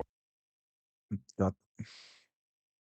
There was no shots attempted by Ghana in the first half altogether. So yeah, it's not even like this smaller team is trying to put up a fight and come at England. Yeah. They're very much, and I don't necessarily blame them. If they get a tie out of today and they're tied on Yeah, points at 4, that's it, right? Belgium was a fun Belgium was a watch. fun hate watch. You're right about that. Sure, Like that, sure. yeah. Yeah, that was an outrageous game. Like it was still fun. Like for the watch along and doing it with you guys was fun. But I think watching that Belgium game alone Oh, it'd be would have horrendous. I been would have been sleeping, picking my nose or yeah. something. Yeah. But it was still fun because of the chat and the action and how we and how we had some banter on the Belgian players and yeah, was still fun. Yeah, it is the hydration break right now, by the way, for all of those who may be wondering as we just trail off into the bullshit here. Now I gotta check my email. I'm gonna do this in the hydration break because it is a reference. Okay, there's no ref courses. I've asked about being either a local, like minor league ref or coach. Mhm. Okay, so there's no ref. I missed. I guess the refing courses happen in September. I'll have to catch that next year. Where he says, as for coaching, my head coach could use help during our practices if you want to get your toes wet and see how that goes. Under 15. Our assistant coach is the head coach's wife and who only shows up to games to try to manage the boys on the bench. Yeah, I mean that's Canadian youth soccer for you. Yeah, my wife just like yells at the kids and gets them in line. Hey, No tactics, no game management, just you sit on the bench. that sounds like something for you. Why not? Oh man, I'm gonna have to do a lot more reading. I have another credit to use on Audible. I said I just finished Soccernomics. There's a German book. Oh, It's called Football Hackers, and it's all about the data. It just came out in April. okay. Christoph That's Biermann. fresh. Who? Christoph Biermann. I don't know if he's anybody So in particular, but that's the author of the book. So that was the one I was Beerman gonna like look. beer or Biermann. Give him a quick look at. he's a We have German sports journalist and book author. Yep.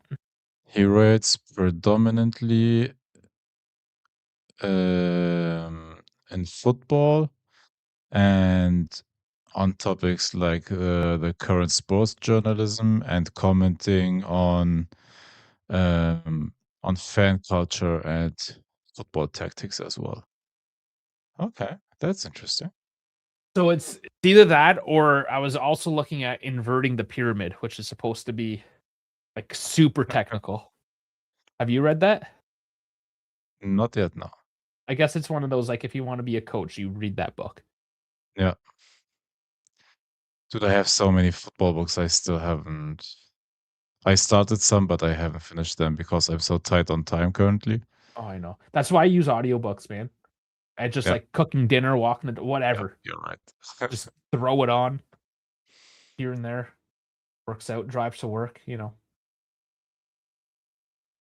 Otherwise, yeah, to just fucking sit there for a few hours every evening, even like half an hour. It's not always the easiest. Because the other one was, and I have it. Oh, it's not even this one. This is Viali's other book. I finally found Viali's book when I was in Turin, but it's in Oh, Italian. yeah. And I'm just like, I can't read a whole book in it. Like I don't Italian Yeah. that well, you know. But I have the book, whatever. Because what was the other book that was recommended from him? Oh fuck, I'm forgetting. I use he's my assistant here to give me recommendations. What was your prediction for this game, by the way? Just Oh, I didn't even know. I on thought my it was going side. to be like a 2-1 or something. Yeah. Not I like had a this. 2-0 England. The Italian Job was the other one, but that's like that gets right Ah, into the Italian. I heard of that one. It compares the English and the Italian game. That would obviously be a really cool one as well, but that's more for like the end of the summer when we get back into Serie A stuff. There we go. Gianluca Vialli and Gabriele Marcotti. Marcotti, the Italian Job, a journey to the heart of two great footballing cultures. Not gonna lie, the title is a bit long. Yeah, whenever there's a colon.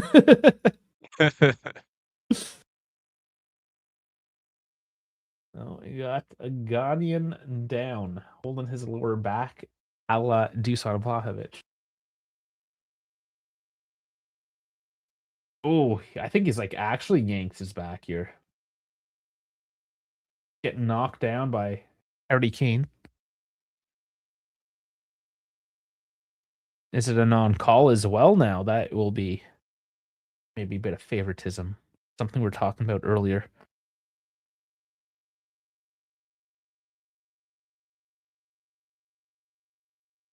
That's a Senea, one of the starters, so he may be subbed off shortly as well.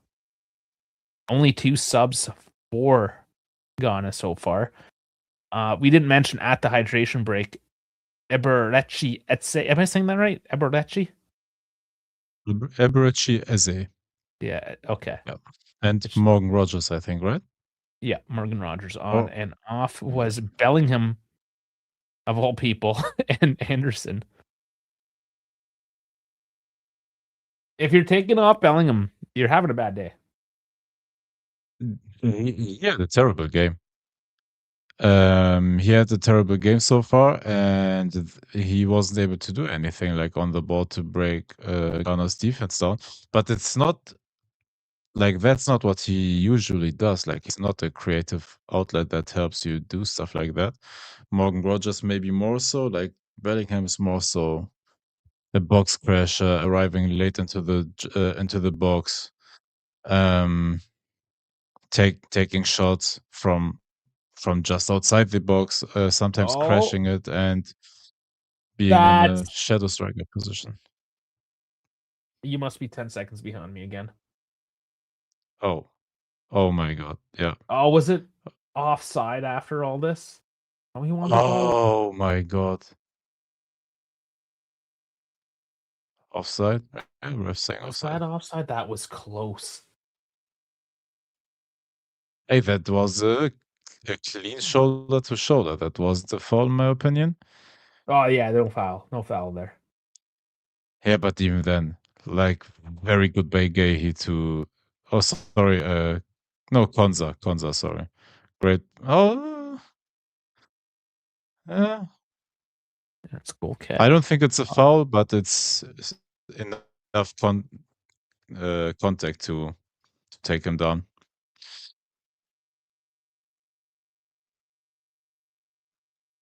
No, hopefully they show the offside technology, the graphic there.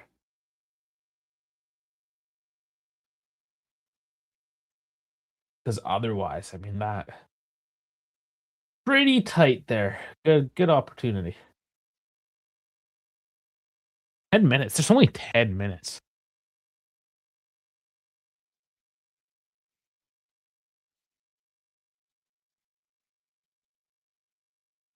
There is one book that I listened to, and all these footy books, they're all narrated by Englishmen, obviously, right? It's Mhm. just like Yep. even this German one, it's got an Englishman narrating it.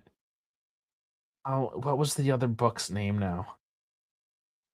Zonal Marking, and that went Ooh, back kind of into the 70s, but mostly focused like 90s to modern times, starting yeah, with the Dutch, then it went to the Italians and the Portuguese, and kind of like how each style developed the game through the yeah, through the years and their dominance, yeah. and then like how they took over, and then ending with the English, how they're like the next team. Um, but the man was a word butcher. Like if Oh, you're gonna narrate a book about yeah, not even internet, but like European soccer, you got like French, Portuguese, Dutch. He did yeah, not pronounce a non-English name correctly. correct. Like, for example, one that we all know and love, and everyone should know his name, Chiellini. Oh no. But it was just rampant with mispronunciations like that. And I was just like, oh my god. Like just it's just Then like then lose then it. my question on it, is the narrator a football person per se, or is he just like someone with a Clearly soothing not. voice that they hire to like as a book reader?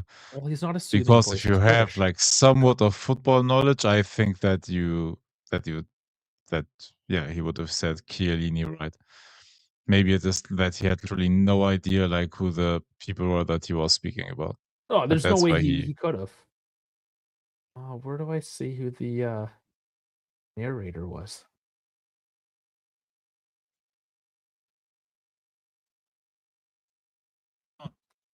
From Michael Cox.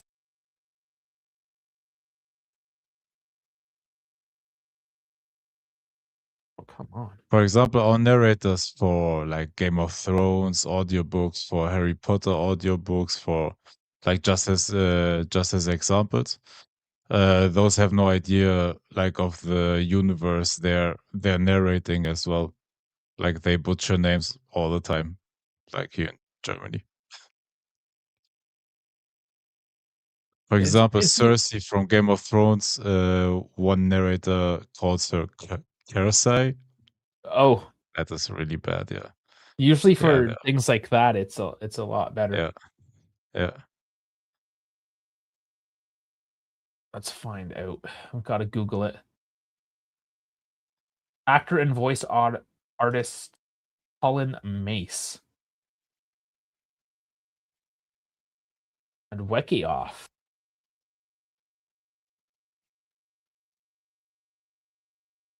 I'm asking Google if he's a football fan. He's a massive football fan and dedicated supporter of Watford. His passion for the sport extends well beyond the stands, deeply influencing his professional career. Club projects, he But lent his voice as the narrator for the Watford FC podcast and audiobook, Enjoy the Game, and Zonal Marking, and also the Not So Secret Football Agent. I don't know well, what that he is. seems not to be interested in other European football then.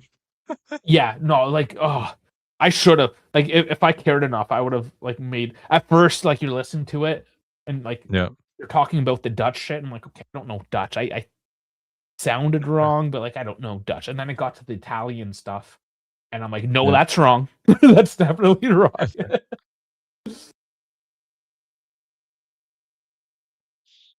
Yeah, it's just very disappointing.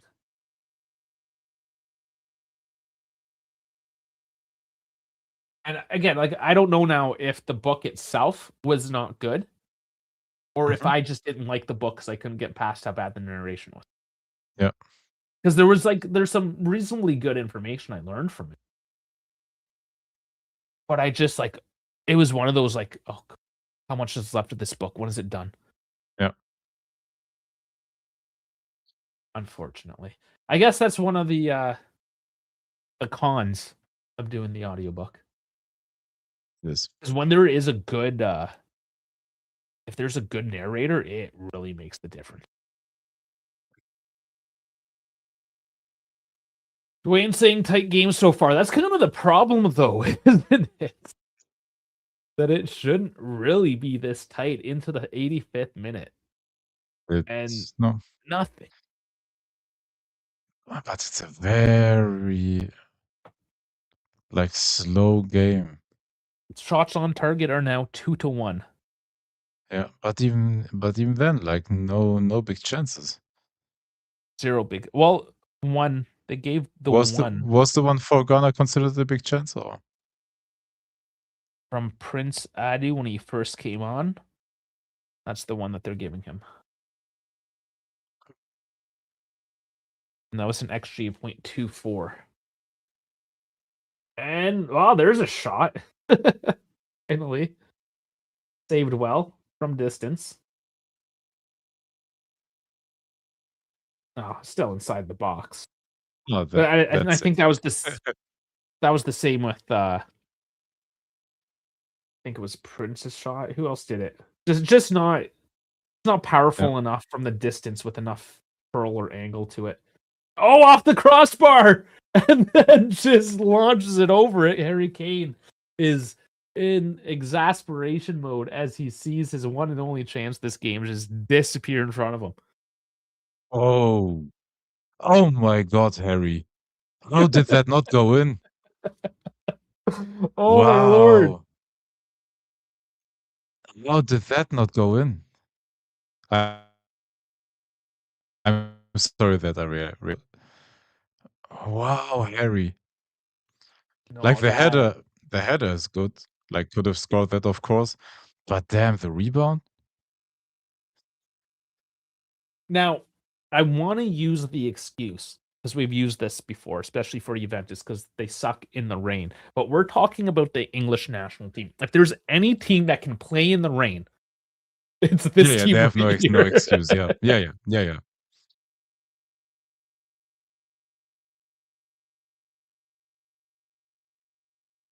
Sinea finally taken off. Had a couple of bang ups this game.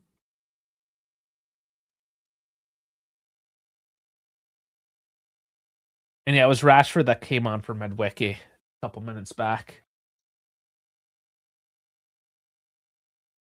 That's just the one change for Ghana. They have a couple left to go. 2 minutes left, guys. Like, put your dudes on. Kojo Pepra Apong for Sinea.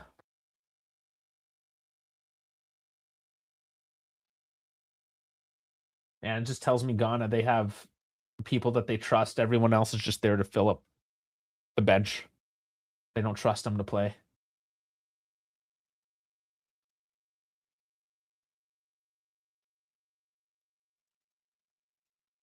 Watch now, Ghana get one back here after that let off. Not a pass like that, though. Hey, what's your time?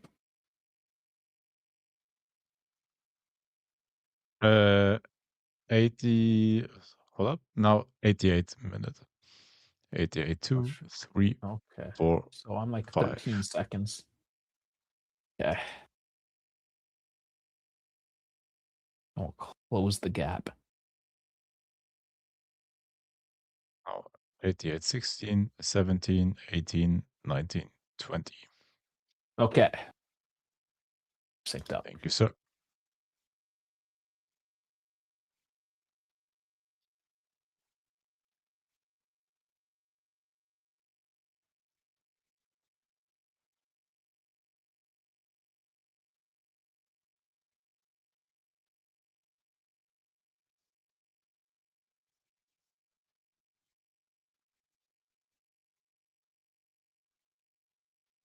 Okay. They synced as well for the scoreboard. The 65. That's not right at all. Why is the scoreboard saying 65? It showed earlier 70 something. How did it go back to 65? No. The coding on this thing. I just resynced it at 89 minutes here.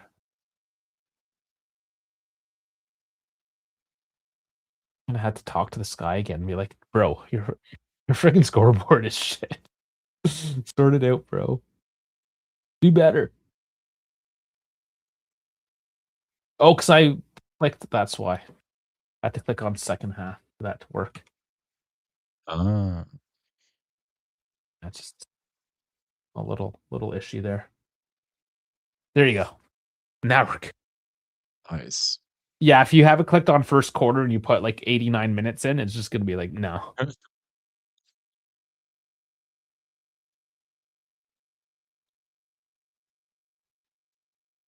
And there is the 90. Kane is overrated. There's some fighting words right there. That's like the one English player I do like. That's yeah, same for me.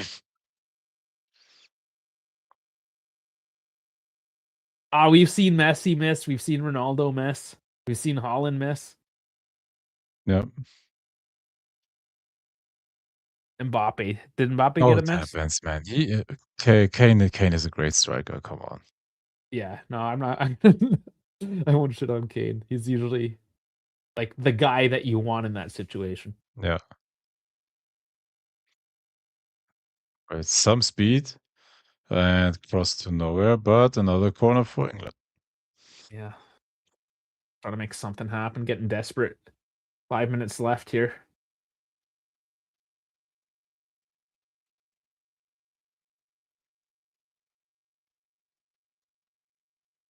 The first 3 minutes are fake news, though, right? Those are just hydration break minutes.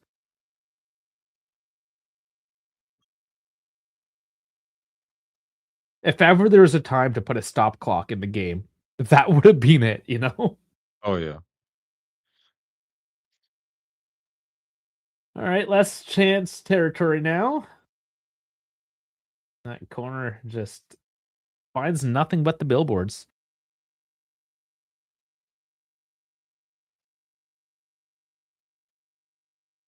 Kane was there. I was just, yeah, just not quite in the right position.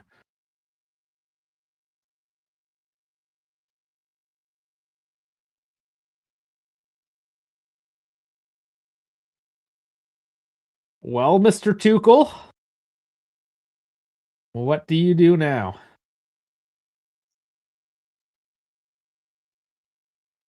England Honestly, started.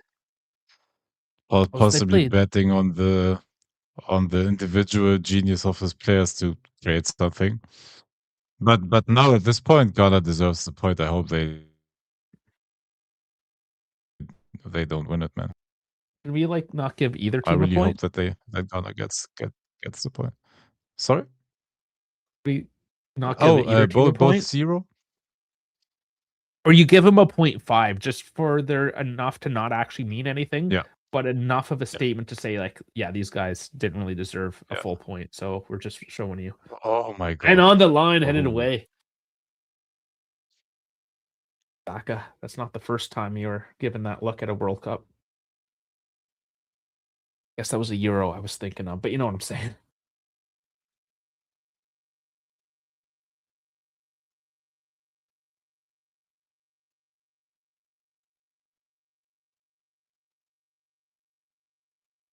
Big punch out.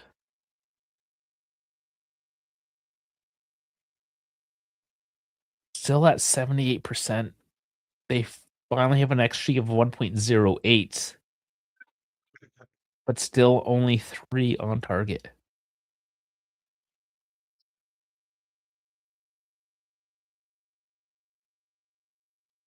This is not a good look for England. Oh.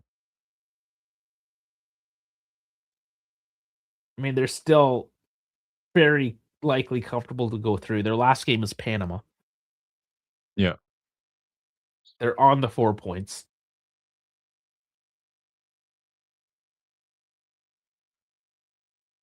I mean, realistically, they should have too many issues going through.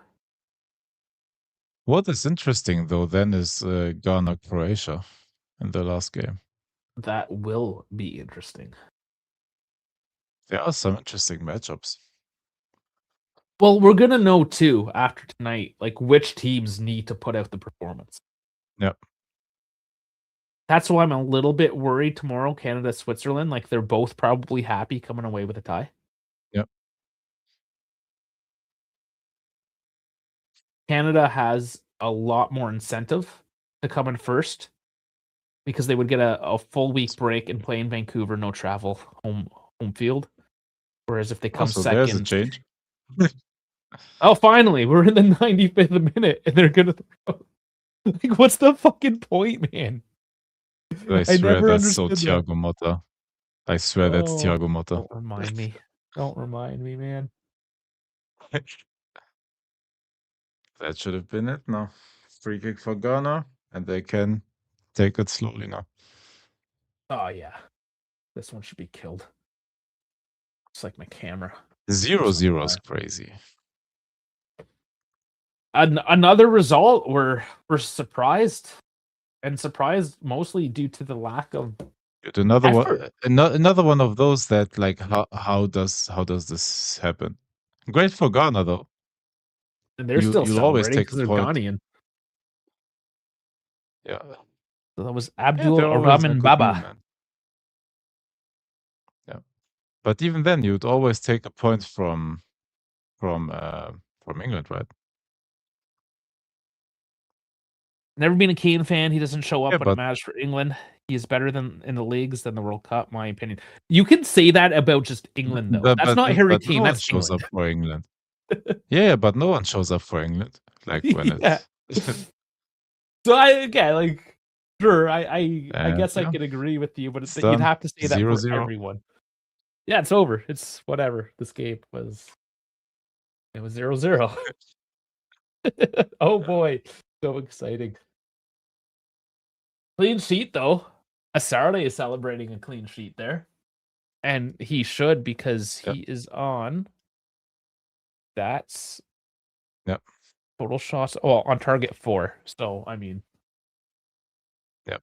he did his job And thank anyways. you and congratulations to England for destroying all of our prediction sheets again. Just when I was like starting to root for you guys, and then you come up with this.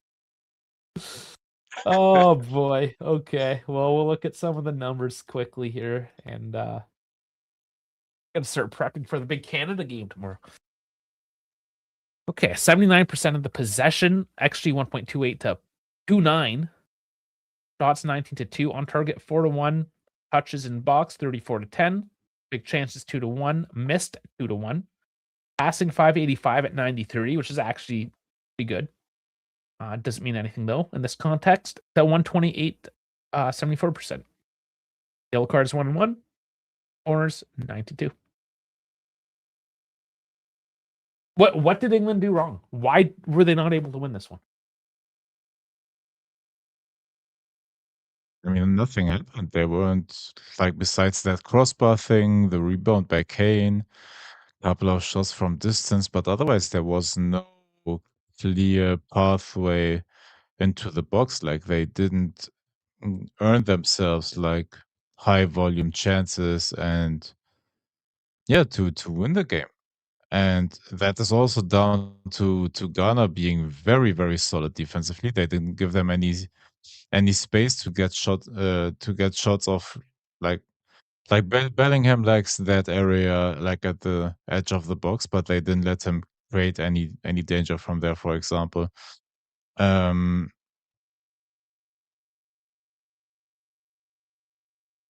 they were pretty good with defending the wing, and yeah, Kane wasn't able to fall back and being a creator in that sense as well. Like it was very, very well defended. The match plan was good from Ghana, but as like the favorite or England in this case, like should have been able to break that down. But in the end, yeah, that's a good summary. No killer instinct, no finishing. Yeah. Disappointed by this game.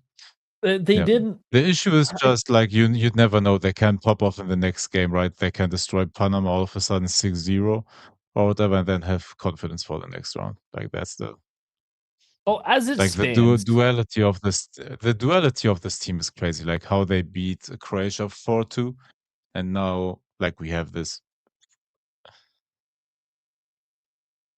they're still in first at the end of the day. right? Panama, Croatia. If one of them wins today, they're still in first. Nothing changes, and they know Yep. going to play Panama, and maybe that was part of the idea. Doing some rotation in the lineup, not putting your Yep. bona fide number ones out there from the get go, taking off Bellingham early. It tells me that this was maybe a bit more game management and some pragmatism from Tuchel, Yeah. but that was still a bad showing, and I'm still very surprised. Like nothing really over the top. Again, we keep on going to that Germany game there where they finally decided that okay, maybe some of these balls should go long over the top. Yep. And lo and behold, they go in. See you later, Dwayne. Thanks for joining in. Yeah, they just did not find that creativity, that little bit of technical skill and excellence to just put one in, and it was almost there. Yep. But almost don't count. Dude, I would have thought at least they have games like this where they don't create anything like from open play. Like we see stuff like that like all the time from this team because this team is built for like physical football, set pieces, and just being like machines in that sense, having lots of possession and passing it around until you break down. It's basically the Arsenal way that this English national team plays.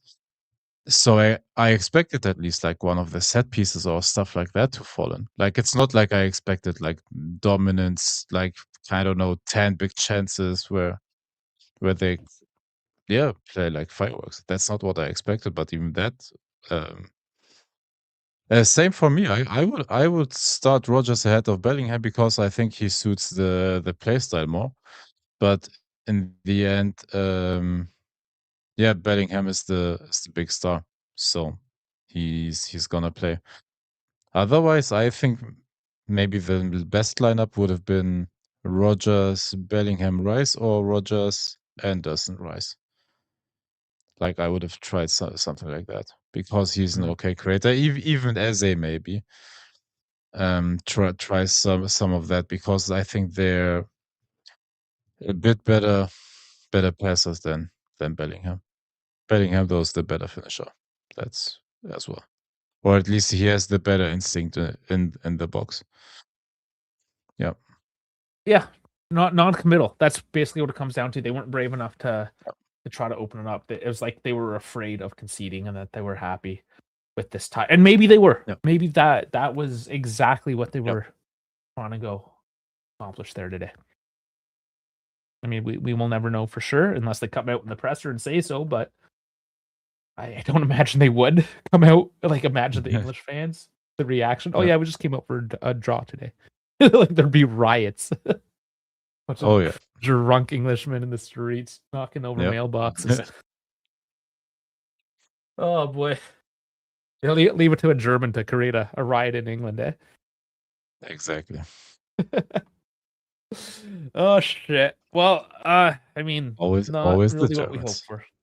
Yeah. Starting fires in the streets of London. Well, the next one, we'll see. This gets to the interesting part of the tournament, though. We're going Yep. into round 3 starting tomorrow. So let's we can look at this. Portugal, Liechtenstein 5-0. 0-0 for England, Ghana. We got Panama, Croatia in 53 minutes. And then Congo, Colombia this evening. A few hours from now. All right. So tomorrow, what games should we do? Oh, well, you know which one we're doing. No, we will definitely do Switzerland, Canada. That's I 100% for me. I can't do later. I Wednesday's my No? race night. Okay. I can't do later. Ah, You can go and solo if you wanted to, but unfortunately, Yeah, I have let's to do something other than football Yeah. tomorrow night. Yeah. No, because no, you're good. We have lives outside of football as well. Yeah. Scotland, Like Brazil meetings. would be interesting, but let's see if I'm able to do it like alone at midnight, being tired, maybe not getting a single English word out. Let's And see that's with that one. 6:00 is when I start my race Yep. stuff. Yeah, so Yep. that's so maybe just the Canada Switzerland one. I mean, Yes, sir. whatever, guys. Just you're gonna have to deal with me being Canadian, and that's what you're gonna get. You're gonna get every single Canadian game. Hate me for it, but I'm also here for it. So if I have to stream to the internet by myself to nobody, it's gonna happen. Otherwise, yeah, Wednesday. It is what it is. But that is the start again of A, B, and C all kind of complete everything tomorrow. I have the weird feeling that in that Switzerland-Canada game, we're gonna have like minimum 5 goals. 5 goals, I 6 goals, something like that. Like both of maybe them aren't the greatest like defensively, but they have like quick wingers. They have good finishing. it could be Like interesting. I think it's gonna be an exciting game. It's going to be 0-0 or 3-3, Yeah. one or the other. Yeah. Morocco, Haiti. I'm not too sure. Scotland, Brazil will be interesting just because we're not too Yeah. sure. More so just to see Yeah. where Brazil stands at the Yeah. moment. Dude, if I'm fit, like after the Canada Switzerland, I think I'm gonna do it. But let's see if Yeah, if yeah. I'm Play it by yeah ear. up Anyways, that but yeah, what Wednesday night is that one night I gotta do the other thing on the internet. yeah Czechia, Mexico should be good, but Mexico's through. They don't really care as much, I don't think, but yeah. they probably still do because they're playing at home. How's this table look?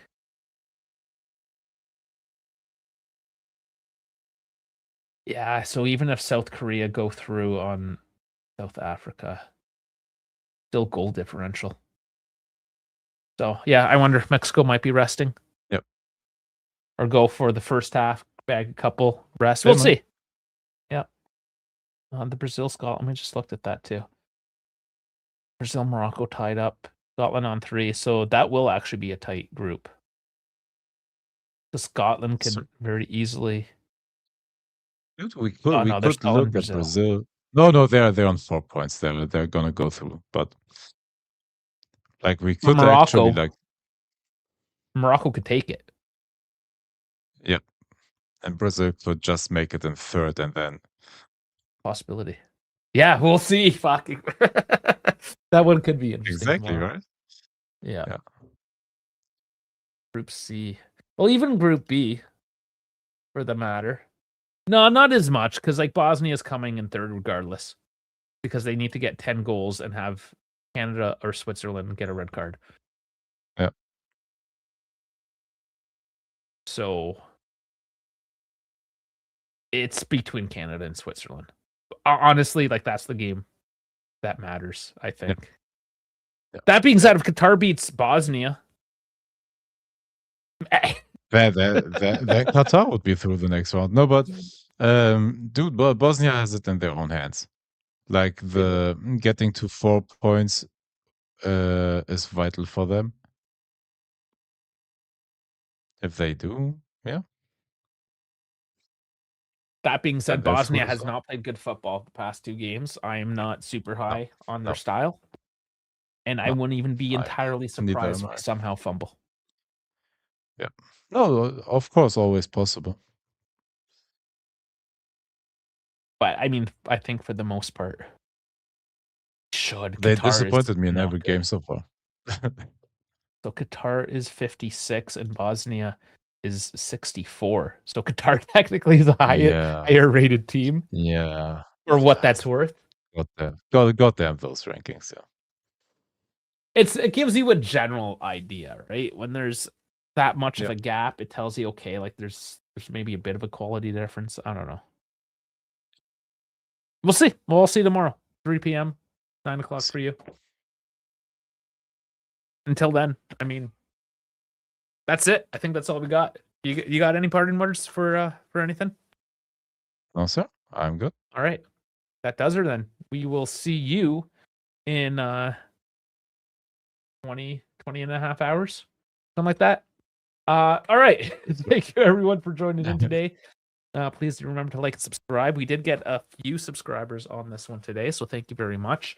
And we are everywhere for your viewing pleasure. That's YouTube, both vertical and horizontal. Twitch, X, Instagram, Kick, and Assist. Everything's down in the description, the bio, what have you. Links to everything is there, including the Discord. And Jay Carr, you've been lurking. You just come in to say bye. I see. We got a lurker here, boys. Okay. Jay Carr is one of our Bye. regulars. Bye. And yeah, catch you soon. Catch you tomorrow.